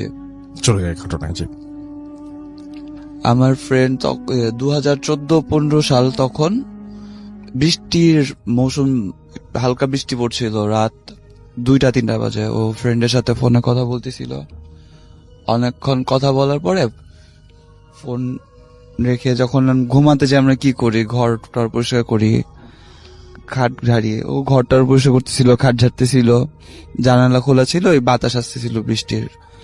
তো এর মাঝখানে হঠাৎ করে যখন ও জানালার দিকে চোখ দেয়, দেখে দূরে একটা বাসাতে কি জানি কাপড়ের মতন উঠতেছে। তো একটু কনফিউজ ছিল যে এটা কি কাপড় নাকি অন্য কিছু। তো ভালো মতো দেখার জন্য ও তাকায়, দেখে এটা কাপড় না, কিন্তু ছায়ার মতো খুব কালো কালারের পাত কি জানি নড়তেছে। পরে ভালো মতো তাকিয়ে দেখে ওই 3 তলার কার্নিস, বাসার কার্নিস থেকে উইন্ডোর উপরে যে সেটটা, ওইটার মধ্যে কি জানি একটা বসে আছে। তো আমি যে জিজ্ঞেস করলাম কি বসে আছে, দেখছোস কিরকম দেখতে? বলে পুরো একটা ছায়া, চোখ দুইটা দূরে থেকে বসেছিল লাল, আর খুব খারাপ ভাবে ওর দিকে তাকে একটা ভেঞ্চি কাটছে। হঠাৎ করে যদি কেউ রাতের বেলা এরকম অন্ধকারের মধ্যে কিছু একটা দেখা যায়, বোঝা যায় না, ওই জিনিসটা যদি ভেঁচকি কাটে কেমন লাগবে।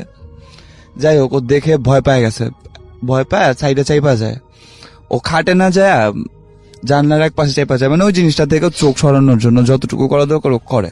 আচ্ছা, তারপর ভাইয়া এখন জানালা না ভুলে লাগায়নি, জানলাটা খোলা ছিল। এখন ভয় ভয় চিন্তা, জানলা লাগিয়ে পর্দা টানে দিয়ে খাটে যায় ঘুমাবে। আর চিন্তা করতেছে আমি কি দেখলাম। 2-3 মিনিটের জন্য একটু ব্ল্যাঙ্ক আউট হয়েছিল। তারপর আস্তে আস্তে জানলা সাহস সঞ্চয় করে জানলাটা লাগাতে যায়। যখন জানলাটা লাগাবে, জানলা একদিক দিয়ে লাগায়, ঠিক 1 সেকেন্ডের মধ্যে ধাপ করা চোখ খুলে দেখে ওই জিনিসটা ওই দূরের ঠেকা 2-4-5 সেকেন্ডের মধ্যে ওর জানলার সামনে এসে পড়ছে। তখন ও জিনিসটা যখন প্রপারলি সামনে দেখে, একদম ফেস টু ফেস, বলে দোস্ত, চোখ দুইটা এত লাল ছিল, পুরো একটা কালো ছায়ার মতো।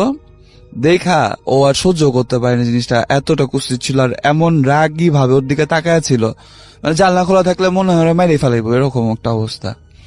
তো ও জিনিসটা নিতে পারেনি, এমনি একটু মানসিক ভাবে দুর্বল ছিল, সাথে সাথে সেন্সলেস হয়ে যায়।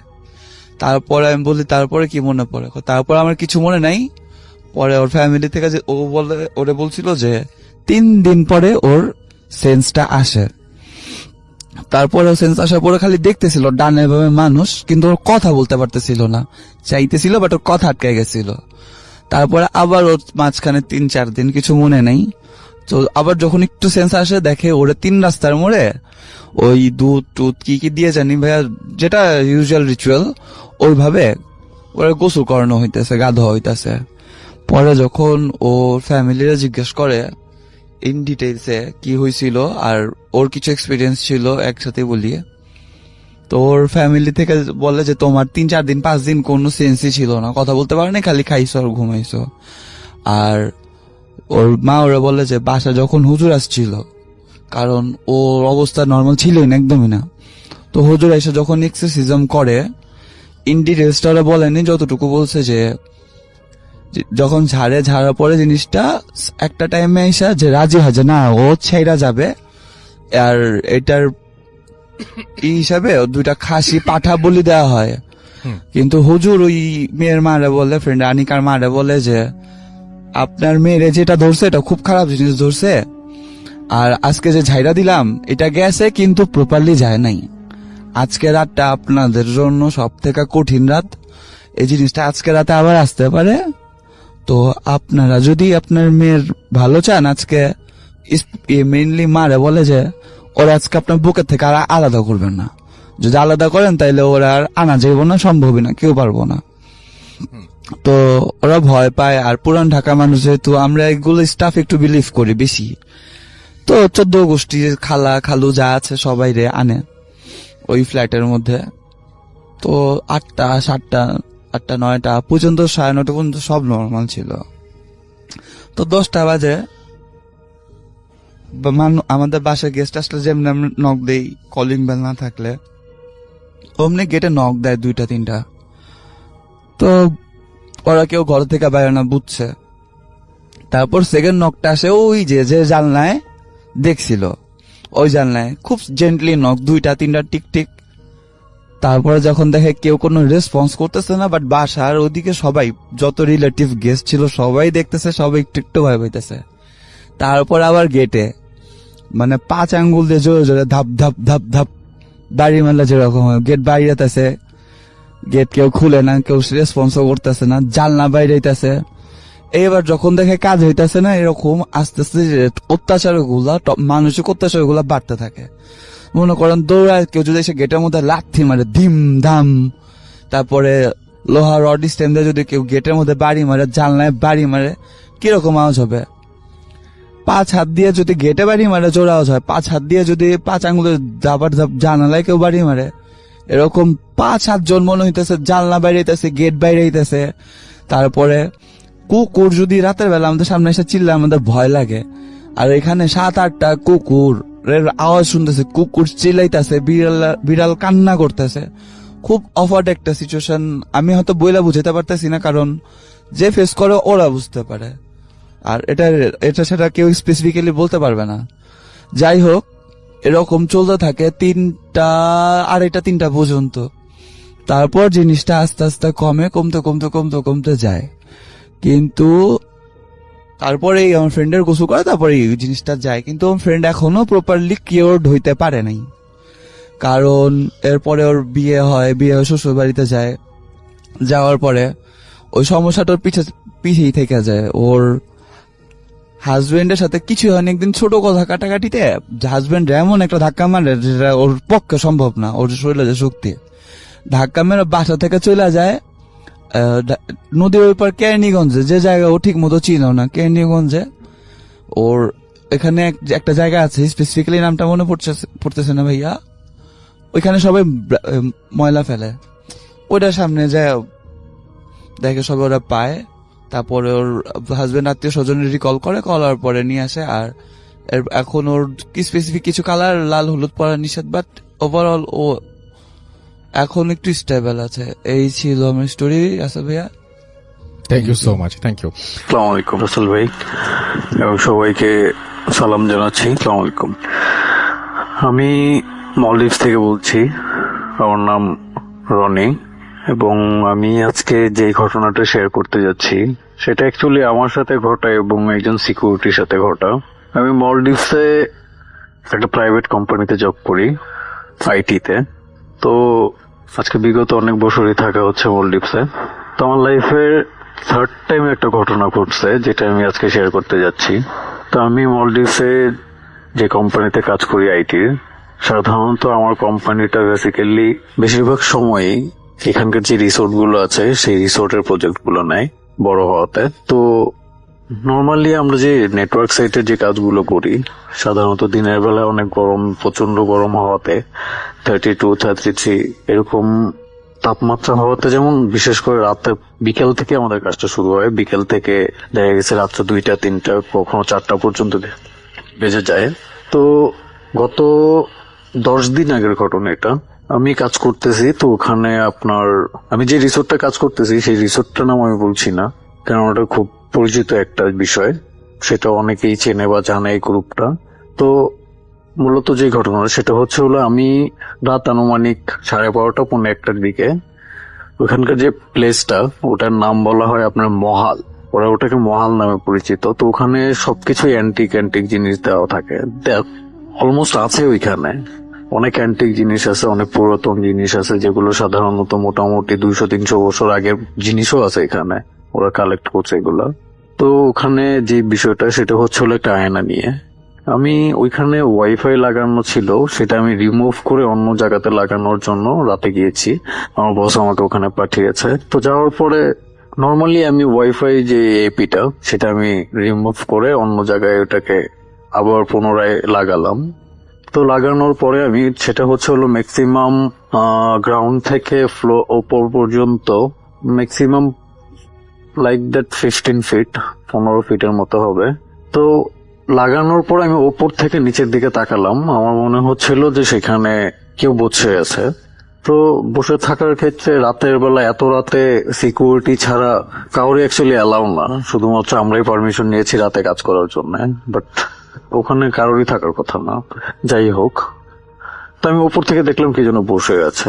তো আমি অ্যাকচুয়ালি ওটা নিয়ে বেশি একটা মাথা ঘামালাম না, যে সিকিউরিটি থাকতেই পারে, বাট আমি কনফিউজ ছিলাম যে অন্ধকারে আমি বুঝতেছিলাম না উপর থেকে যে আসলে কি ঘটনা, ওখানে কি বা কি আসে বিষয়। ওকে, তো আমি উপর থেকে আপনার যে সাধারণত আমরা লেডার বলি, এখানে মই বলা হয় আমাদের বাংলাদেশে আঞ্চলিক ভাষায়, তো আমি ওটা দিয়ে নিচে নামলাম। নামার পরে আমি সামনে আগাতে থাকার পরে সেখানে যে আয়নাটার কথা আমি বললাম, সেই আয়নাটা ওখানে ছিল। তো আমার মনে হচ্ছিল যে কেউ একজন চেয়ারে বসে সেই আয়নাটা দেখতেছে। তো আয়নাটা দেখতেছে, তো আমি ভাবলাম যে পাগল টাগল নাকি, এত রাত্রে আয়না দেখতেছে, তাও অন্ধকারের মধ্যে বসে বসে, বুঝে যাচ্ছে না আসলে চেহারাটা বেসিক্যালি। তো এটা ভাইবা যে আমার যে ব্যাগটা ছিল, আমার যে আপনার সম্ভবত টুলস সামগ্রী ছিল, আমি সেই ব্যাগটার ভিতরে সবকিছু রাখার জন্য আমি শুধুমাত্র জাস্ট ডান দিকে একটু ঘুরছি। তো ঘোরার পরে ব্যাগটা হাতে নিয়ে কাঁধে নিয়ে পরে আমি আবার বাম দিকে ঘুরলাম। ঘোরার পরে দেখি কিছু নাই, শুধু আয়নাটা, ওই চেয়ারটা, টেবিলটা পড়া ওখানে। তো আমি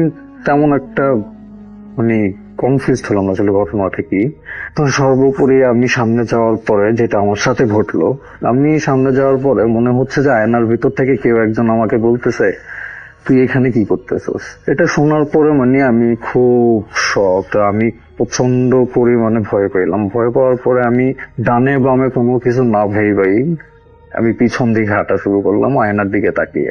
তো হাঁটতে হাঁটতে একটা পর্যায়ে আমি মানে প্রচন্ড সিরিয়াসলি, যখন আমাকে বলছে যে তুই এত রাত্রে এখানে কি করতেছিস, শুদ্ধ বাংলায় আমাকে বলতেছে তুই এত রাত্রে এখানে কি করতেছিস। তো আমি খুব একটা ভয় পাওয়ার পরে আমি যখন পিছনে হাঁটলাম, তো অ্যাকচুয়ালি বিচের সাইডে জিনিসটা করা, আমার কাছে প্রত্যেকটা ছবি আছে, আমি সম্পূর্ণ ফুটেজ গুলো পরের দিন যখন আমি বিকেল বেলা ওখানে গেছি আমি সবগুলো ফুটেজ নিয়েছি। আমি প্রত্যেকটা পিকে আমি পাঠিয়ে দেবো রাসেল ভাই আপনাকে, আশা করি লিসেলান্তেও আপনি সবাইকে দেখাবেন, কোনো সমস্যা নেই। তো পরের দিন আমি ওখানে মানে প্রচন্ড ভয় পাওয়ার পর আমি চলে গেলাম খুব ক্লিয়ারলি। আমি সাইকেলটা, এখানে ব্যাটারি বাইক সাইকেল আছে, সেটা নিয়ে আমি খুব ফাস্টলি আমি অফিসে চলে গেলাম। চলে যাওয়ার পরে আমি আমার পিএম কে বললাম যে অ্যাকচুয়ালি এই ঘটনা, আমি ভয় পেয়েছি। তো আমার মানে মলদ্বীপের যে ভাষা, সেই ভাষায় আমাকে বলতেছে নো প্রবলেম। তো আমি বললাম আচ্ছা ঠিক আছে, কোনো সমস্যা নেই, নো প্রবলেম, বাট আমি পারবো না, আই কান্ট, আজকে রাতে আমি কোথাও কাজ করতে যেতে পারবো না, সিরিয়াসলি আমার খুব ভয় লাগছে। তো পরের দিন সকালবেলা আমি ওখানে গেলাম, সকালে না, আমি ওখানে 3:30 পৌনে 4টার সময় গেলাম। যাওয়ার পরে আমি ছবি তুললাম, সবকিছু বললাম। তো সেই সিকিউরিটিটা যে থাকে নাইট ডিউটিটা করে, উনি হচ্ছে নেপালের একজন লোক। সাধারণত এখানে অধিকাংশ সিকিউরিটি নেপালের। তো ওনাকে আমি জিজ্ঞেস করলাম, আচ্ছা আপনি তো এখানে রাত্রে ডিউটি করেন, তো আপনি কি এই ধরনের কোনো প্রবলেম ফেস করছেন কখনো? তো সে আমাকে বলতেছে আপনি কিভাবে জানেন? তো আমি বললাম যে আমি গতকাল রাতে এরকম কাজ করতে আসছি, তো আমি এরকম আমার সাথে হয়েছে। তো হওয়ার পর উনি আমাকে বলতেছে যে অ্যাকচুয়ালি এটা খুব ন্যাচারাল একটা জিনিস, আমি প্রতি রাতেই একটা মুহূর্তে দেখি, ঠিক এক্স্যাক্টলি সেই 12টা 12:30 1টা 1:30টার মধ্যে আমি দেখি। আমি তাকে বললাম যে আপনি কখনো ভয় পান নাই বা আপনাকে কখনো কিছু বলে নাই? কয় না, প্রতি রাতে এরকম হয় মাঝে মধ্যে। দেখা গেছে যে ওই সময়টা এখন আমার মানে সম্পূর্ণ আমার আইডিয়া হয়ে গেছে। আজকে 3 মাস হয়েছে এই জায়গাটা কমপ্লিট হয়েছে, এটা এখানে আসছে 3 মাস হয়েছে। তো আমার এটা আইডিয়া হয়ে গেছে, ঠিক এক্স্যাক্টলি ওই টাইমটুকুতে আমি বাইরে থাকি, আমি কখনো এটার ভিতরে থাকি না। একদিন আমি প্রচন্ড ভয় পেয়েছি। তার সাথে হয়েছে হলো ওই আয়নাতে আপনার মানে দূর থেকে একটা লাইট পড়ে বিধায় মহলের যে লাইট গুলো আছে সেই লাইট গুলো রিফ্লেক্স করাতে সিকিউরিটি যেখানে বসে ওইখানে একটু প্রবলেম হয়, কোনো চোখে পড়ে লাইটটা। সেজন্য সে একদিন গেছে রাতের বেলা, সেখানে একটা মানে নর্মালি যে ওয়াটার প্রুফ লেদার গুলো ইউজ করা হয় সেটা দিয়ে ঢাকার জন্য। তো পরে উনি ঢাকতে গেছে পরে উনি বলতেছে যে তুই আমাকে কেন ঢাকতেছে, মানে ওনাকে বলছে ওনার দেশের ভাষায়। উনি অদ্ভুত একটা বিষয়, আমাকে বলছে বাংলা ভাষায়, ওনাকে বলছে নেপালিয়ান ভাষায়। তো সে প্রচন্ড ভয় পায়। সে প্রচন্ড ভয় পাওয়ার পরে আপনার যে সাধারণত ওয়্যারলেস গুলো ইউজ করে সিকিউরিটির সাথে সাথে উনি সবাইকে ডাকছে। ডাকার পরে এই ঘটনা বলছে। পরবর্তীতে ওই দিন রাত্রে ওইখানে 2জন মানে এক্সট্রা একজন সিকিউরিটি আসে। তো রাসেল ভাই এই ছিল আমার ঘটনা। যদি আপনার ভালো লাগে লিটন ওয়ান্ডারকে সবাইকে শোনাবেন। আশা করি রাসেল ভাই আপনি সবসময় ভালো থাকেন, ভালো দলই থাকবেন ইনশাল্লাহ। আমার লাইফে আমার রিলেটিভ সবার সাথে ঘটনাগুলো এরকম অনেক ঘটনাই ঘটছে, যেটা আমি ভবিষ্যতে সময় পাইলে অবশ্যই জানাবো সবাইকে, আপনাকে জানাবো রাসেল ভাই।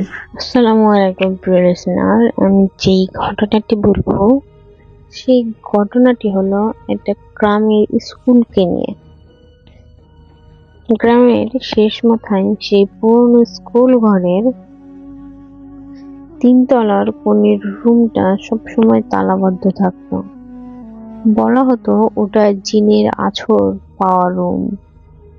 একদিন এক জেদি তান্ত্রিককে আনা হলো সেই ঘর শান্ত করার জন্য। মাঝরাতে তান্ত্রিক যখন আসন পেতে বসলেন, তখন পুরো স্কুলের করিডোরে কান্নার শব্দ ছড়িয়ে পড়ল। তান্ত্রিক ধনুচি জ্বালিয়ে মন্ত্র পড়তে শুরু করতেই চারপাশের জানালাগুলো বিকট শব্দে আঁচড় খেতে লাগলো, মানে বাড়ি খেতে লাগলো। হঠাৎ দেখা গেল তান্ত্রিকের নিজের ছায়াটা দেয়াল থেকে আলাদা হয়ে তার টুটি চিপে ধরেছে।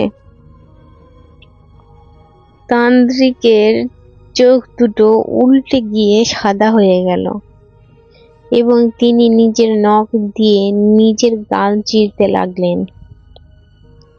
ক্লাসরুমের ভেতরে বেঞ্চগুলো নিজেই শূন্যে ভাসতে শুরু করলো, আর প্রতিটি বেঞ্চের ওপর একটা করে ছায়ামূর্তি বসে অদ্ভুত স্বরে হাসতে লাগলো। সেই তান্ত্রিককে পরের দিন সকালে ওই রুমের সিলিং ফ্যানের সাথে ঝুলন্ত অবস্থায় পাওয়া যায়। কিন্তু আশ্চর্যের বিষয় হলো সেখানে কোনো দড়ি ছিল না। তিনি ঝুলেছিলেন নিজেরই লম্বা জট পাকানো চুলের ফাঁসে। সেই থেকে আজও গভীর রাতে ওই বন্ধ ক্লাসের রুম থেকে চকের খসখস শব্দ শোনা যায়, যেন কেউ ব্ল্যাকবোর্ডে অবিরাম কারো মৃত্যুর হিসেব লিখে চলেছে। তান্ত্রিকের মৃত্যুর পর গ্রামের মানুষ ওই রুমটা ইটের দেয়াল দিয়ে গেঁথে চিরতরে বন্ধ করে দেয়। কিন্তু মাসখানেক পর দেখা গেল মাঝরাতে সেই দেয়ালের ভিতর থেকে কেউ একজন নখ দিয়ে দেয়াল আঁচড়ানোর শব্দ করছে।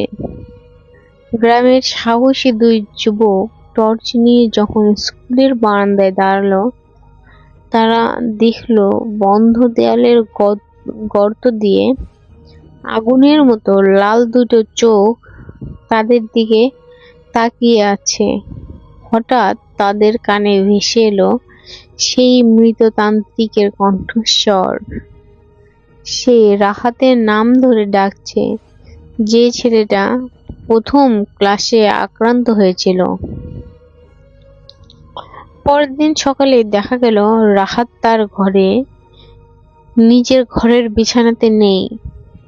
তার ঘরের জানলার গ্রিলগুলো কেউ কোনো অমানসিক শক্তিতে দুমড়ে মুচড়ে রেখেছে। গ্রামের লোকজন দৌড়ে স্কুলে গেল দেখতে। সেই ইটের দেয়ালটা ভিতর থেকে কেউ লাথি মেরে ভেঙে ফেলেছে এবং ভেতরে মেঝের ওপর রাহাত অজ্ঞান হয়ে পড়ে আছে। তার সারা শরীরে কাঁচা রক্ত দিয়ে সেই তান্ত্রিকের অদ্ভুত নকশাগুলো আঁকা।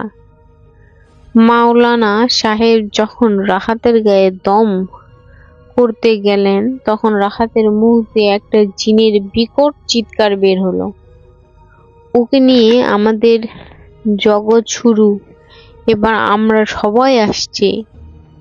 ঠিক সেই মুহূর্তেই স্কুলের পেছনে বিশাল অথস্য গাছটা কোনো বাতাস ছাড়াই মটমট করে ভেঙে পড়ল এবং দিনের বেলাতেই পুরো এলাকা ঘুটঘুটে অন্ধকারে ঢেকে গেল।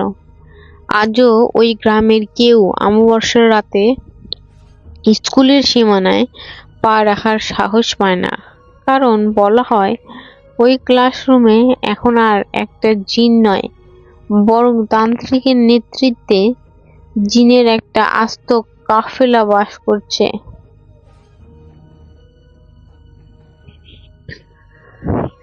অন্ধকারে ঢেকে যাওয়া সেই দুপুরে গ্রামের মানুষ যখন ভয়ে ঘরের দরজা বন্ধ করে দিয়েছিল, তখন সেই স্কুলের ভিতরে একটা বিকট শব্দ শোনা গেল, যেন কয়েকশো মানুষ একসাথে লোহার শিকল টানছে। মাওলানা সাহেব যখন রাহাতের শরীরের উপর পবিত্র পানি ছিটিয়ে দিচ্ছিলেন, তখন রাহাতের শরীরটা মানুষের হাড় ভাঙার মতো মর্মর শব্দ করে অস্বাভাবিকভাবে বেঁকে যেতে লাগলো। ওর মাথাটা পুরো 180 ডিগ্রি ঘুরে পিছনের দিকে চলে গেল এবং মুখ দিয়ে কালো রঙের আঠালো এক ধরনের তরল বের হতে লাগলো। সেই তরল মেঝেতে পড়ার সাথে সাথেই আগুনের মতো জ্বলতে শুরু করলো। ঠিক তখনই সেই ভাঙা দেয়ালের ভিতর থেকে মৃত তান্ত্রিকের সেই ছায়াটা বেরিয়ে গেল, যার হাত বাড়িয়ে বলছিল, তুই আমাদের হয়ে গেছিস, ফিরে আয়। গ্রামের মানুষ বাইরে থেকে দেখছিল। স্কুলের প্রতিটি জানলা দিয়ে নীল রঙের ধোঁয়া বের হচ্ছে। হঠাৎ একটা তীব্র বাতাসের ঝাপটায় মাওলানা সাহেব ছিটকে বারান্দায় গিয়ে পড়ল এবং রাহাত শূন্য ভাসতে ভাসতে সেই অন্ধকার রুমের ভেতর ঢুকে গেল। মুহূর্তের মধ্যেই সেই ভাঙা দেয়ালটা আবার নিজে থেকেই জোড়া লেগে বন্ধ হয়ে গেল, যেন সেখানে কোনোদিনই কোনো ফাটলই ছিল না। এরপর থেকে রাহাতকে আর কেউ কোনোদিন খুঁজে পায়নি। তবে শোনা যায়, প্রতিটি অমাবস্যার রাতে কান্নার শব্দ আর সেই তান্ত্রিকের মন্ত্র পড়ার গুঞ্জন শোনা যায়। গ্রামের লোকদের বিশ্বাস, রাহাত এখন সেই জিনের কাফেলার একজন হয়ে উঠেন, ওই অন্ধকার জগতে বন্দী হয়ে আছে।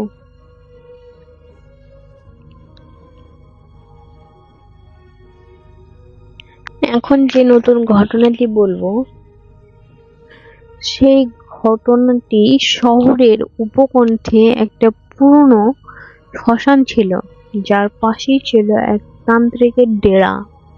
সেই তান্ত্রিক মানুষের মরা মাথা দিয়ে জিনের সাধনা করত। একদিন চোর ভুল করে ওই ডেরার একটি পিতলের কলস চুরি করে নিয়ে আসে। বাড়িতে এসে কলসটি খুলতেই তার ভিতর থেকে তীব্র পচা মাংসের গন্ধ বের হতে শুরু করলো। সেই রাতে চোর যখন ঘুমানোর চেষ্টা করছিল, তখন সে অনুভব করলো তার খাটের নিচে কেউ একজন ফিসফিস করে বলছে। টর্চ জ্বালিয়ে নিচে তাকাতেই তার কলিজা শুকিয়ে গেল। দেখলো কলস থেকে বের হওয়া সেই পচা মাথাটা মেঝেতে গড়াগড়ি খাচ্ছে আর তার দিকে তাকিয়ে দাঁত বের করে হাসছে। মাথাটার চোখ নেই, কিন্তু শুধু কোটর থেকে আগুনের শিখা বের হচ্ছে। চোর চিৎকার দিতে চাইলো, কিন্তু দেখলো তার মুখটা কেউ অদৃশ্য হাতে চেপে ধরেছে। হঠাৎ ঘরের কোণ থেকে সেই তান্ত্রিকের ছায়া বেরিয়ে এলো, যার গায়ের চামড়া ঝুলে পড়েছে আর হাতগুলো স্বাভাবিকের চেয়েও 4 গুণ লম্বা। তান্ত্রিকের পেছনে দাঁড়িয়ে ছিল 7 ফুট লম্বা এক ছায়ামূর্তি, যার পায়ে কোনো খুর নেই, পা দুটো উল্টো দিকে ঘোরানো। তান্ত্রিকটি খসখসে গলায় বলল, আমার জিনিসের শোধ তোকেই দিতে হবে। পরের দিন সকালে প্রতিবেশীরা চোরের ঘরের দরজার ভেঙে ঢুকতে দেখলো। চোখের শরীরটা ঘরের সিলিংয়ে লেপ্টে আছে, কিন্তু তার শরীরে কোনো হাড় আস্ত নেই, যেন কেউ চিপে সব হাড় গুঁড়ো করে দিয়েছে। আর সেই পিতলের কলসটা চোরের বুকের মাঝখানে এমন ভাবে গেঁথে দেওয়া হয়েছে যে সেটা বের করার কোনো উপায় ছিল না। আজও ওই বাড়িতে কেউ ঢুকলে শুনতে পায় দেয়ালের আড়াল থেকে কেউ একজন অনবরত নিজের হাড় ভাঙার শব্দ করছে আর সাহায্যের জন্য গেঙাচ্ছে। যে আপনারা যদি আমাদেরকে প্রতিনিয়ত ঘটনা পাঠান, মানে যাদের জীবনের সাথে ঘটনা ঘটে গিয়েছে তারা যদি ঘটনা পাঠান, আমরা সেই ঘটনাগুলোকে তুলে ধরবো। এবং অনেকেই চান যে ভাইয়া আমরা ঘটনা শুনতে চাই, শুনতে চাই। যদি আপনার সাথে ঘটনা থেকে থাকে আমাদেরকে পাঠাবেন, আমরা সেই ঘটনাগুলো অবশ্যই আপনাদের সবাইকে শোনাবো। এবং যদি চান যে আপনাদের নিজের কণ্ঠে ঘটনা বলবেন, তাহলে আমরা বলবো, সেটাও সম্ভব। আপনারা নিজেদের কণ্ঠে ঘটনা শোনাতে পারেন। আমরা প্রতিনিয়ত আপনাদের ঘটনা শোনার জন্য অধীর আগ্রহী থাকি। প্রতিনিয়ত অনেকে আমাদেরকে ঘটনা পাঠায় শুধুমাত্র ভূতেশনকে টিকিয়ে রাখার জন্য। আপনারা যদি ভূতেশনকে ভালোবেসে থাকেন তাহলে অবশ্যই কমেন্ট করে জানাবেন, এবং ভূতেশন কি আমরা আরো কতদূর পর্যন্ত দীর্ঘায়ু করব সেটা আপনাদের উপর ডিপেন্ড করবে। আপনারা কে কোথায় ঘটনাগুলো শুনছেন কমেন্ট করবেন। ঘটনাগুলো কি আরো চালিয়ে যাব কিনা, বা ভূতেশনকে আপনারা আগে কেমন ভালোবাসছেন, এখন কেমন ভালোবাসছেন, সবকিছু কমেন্ট করে জানাবেন। আজকের মতো এখানেই বিদায় নিতে হচ্ছে। সবাই ভালো থাকবেন, সবাই সুস্থ থাকবেন। আসসালামু আলাইকুম।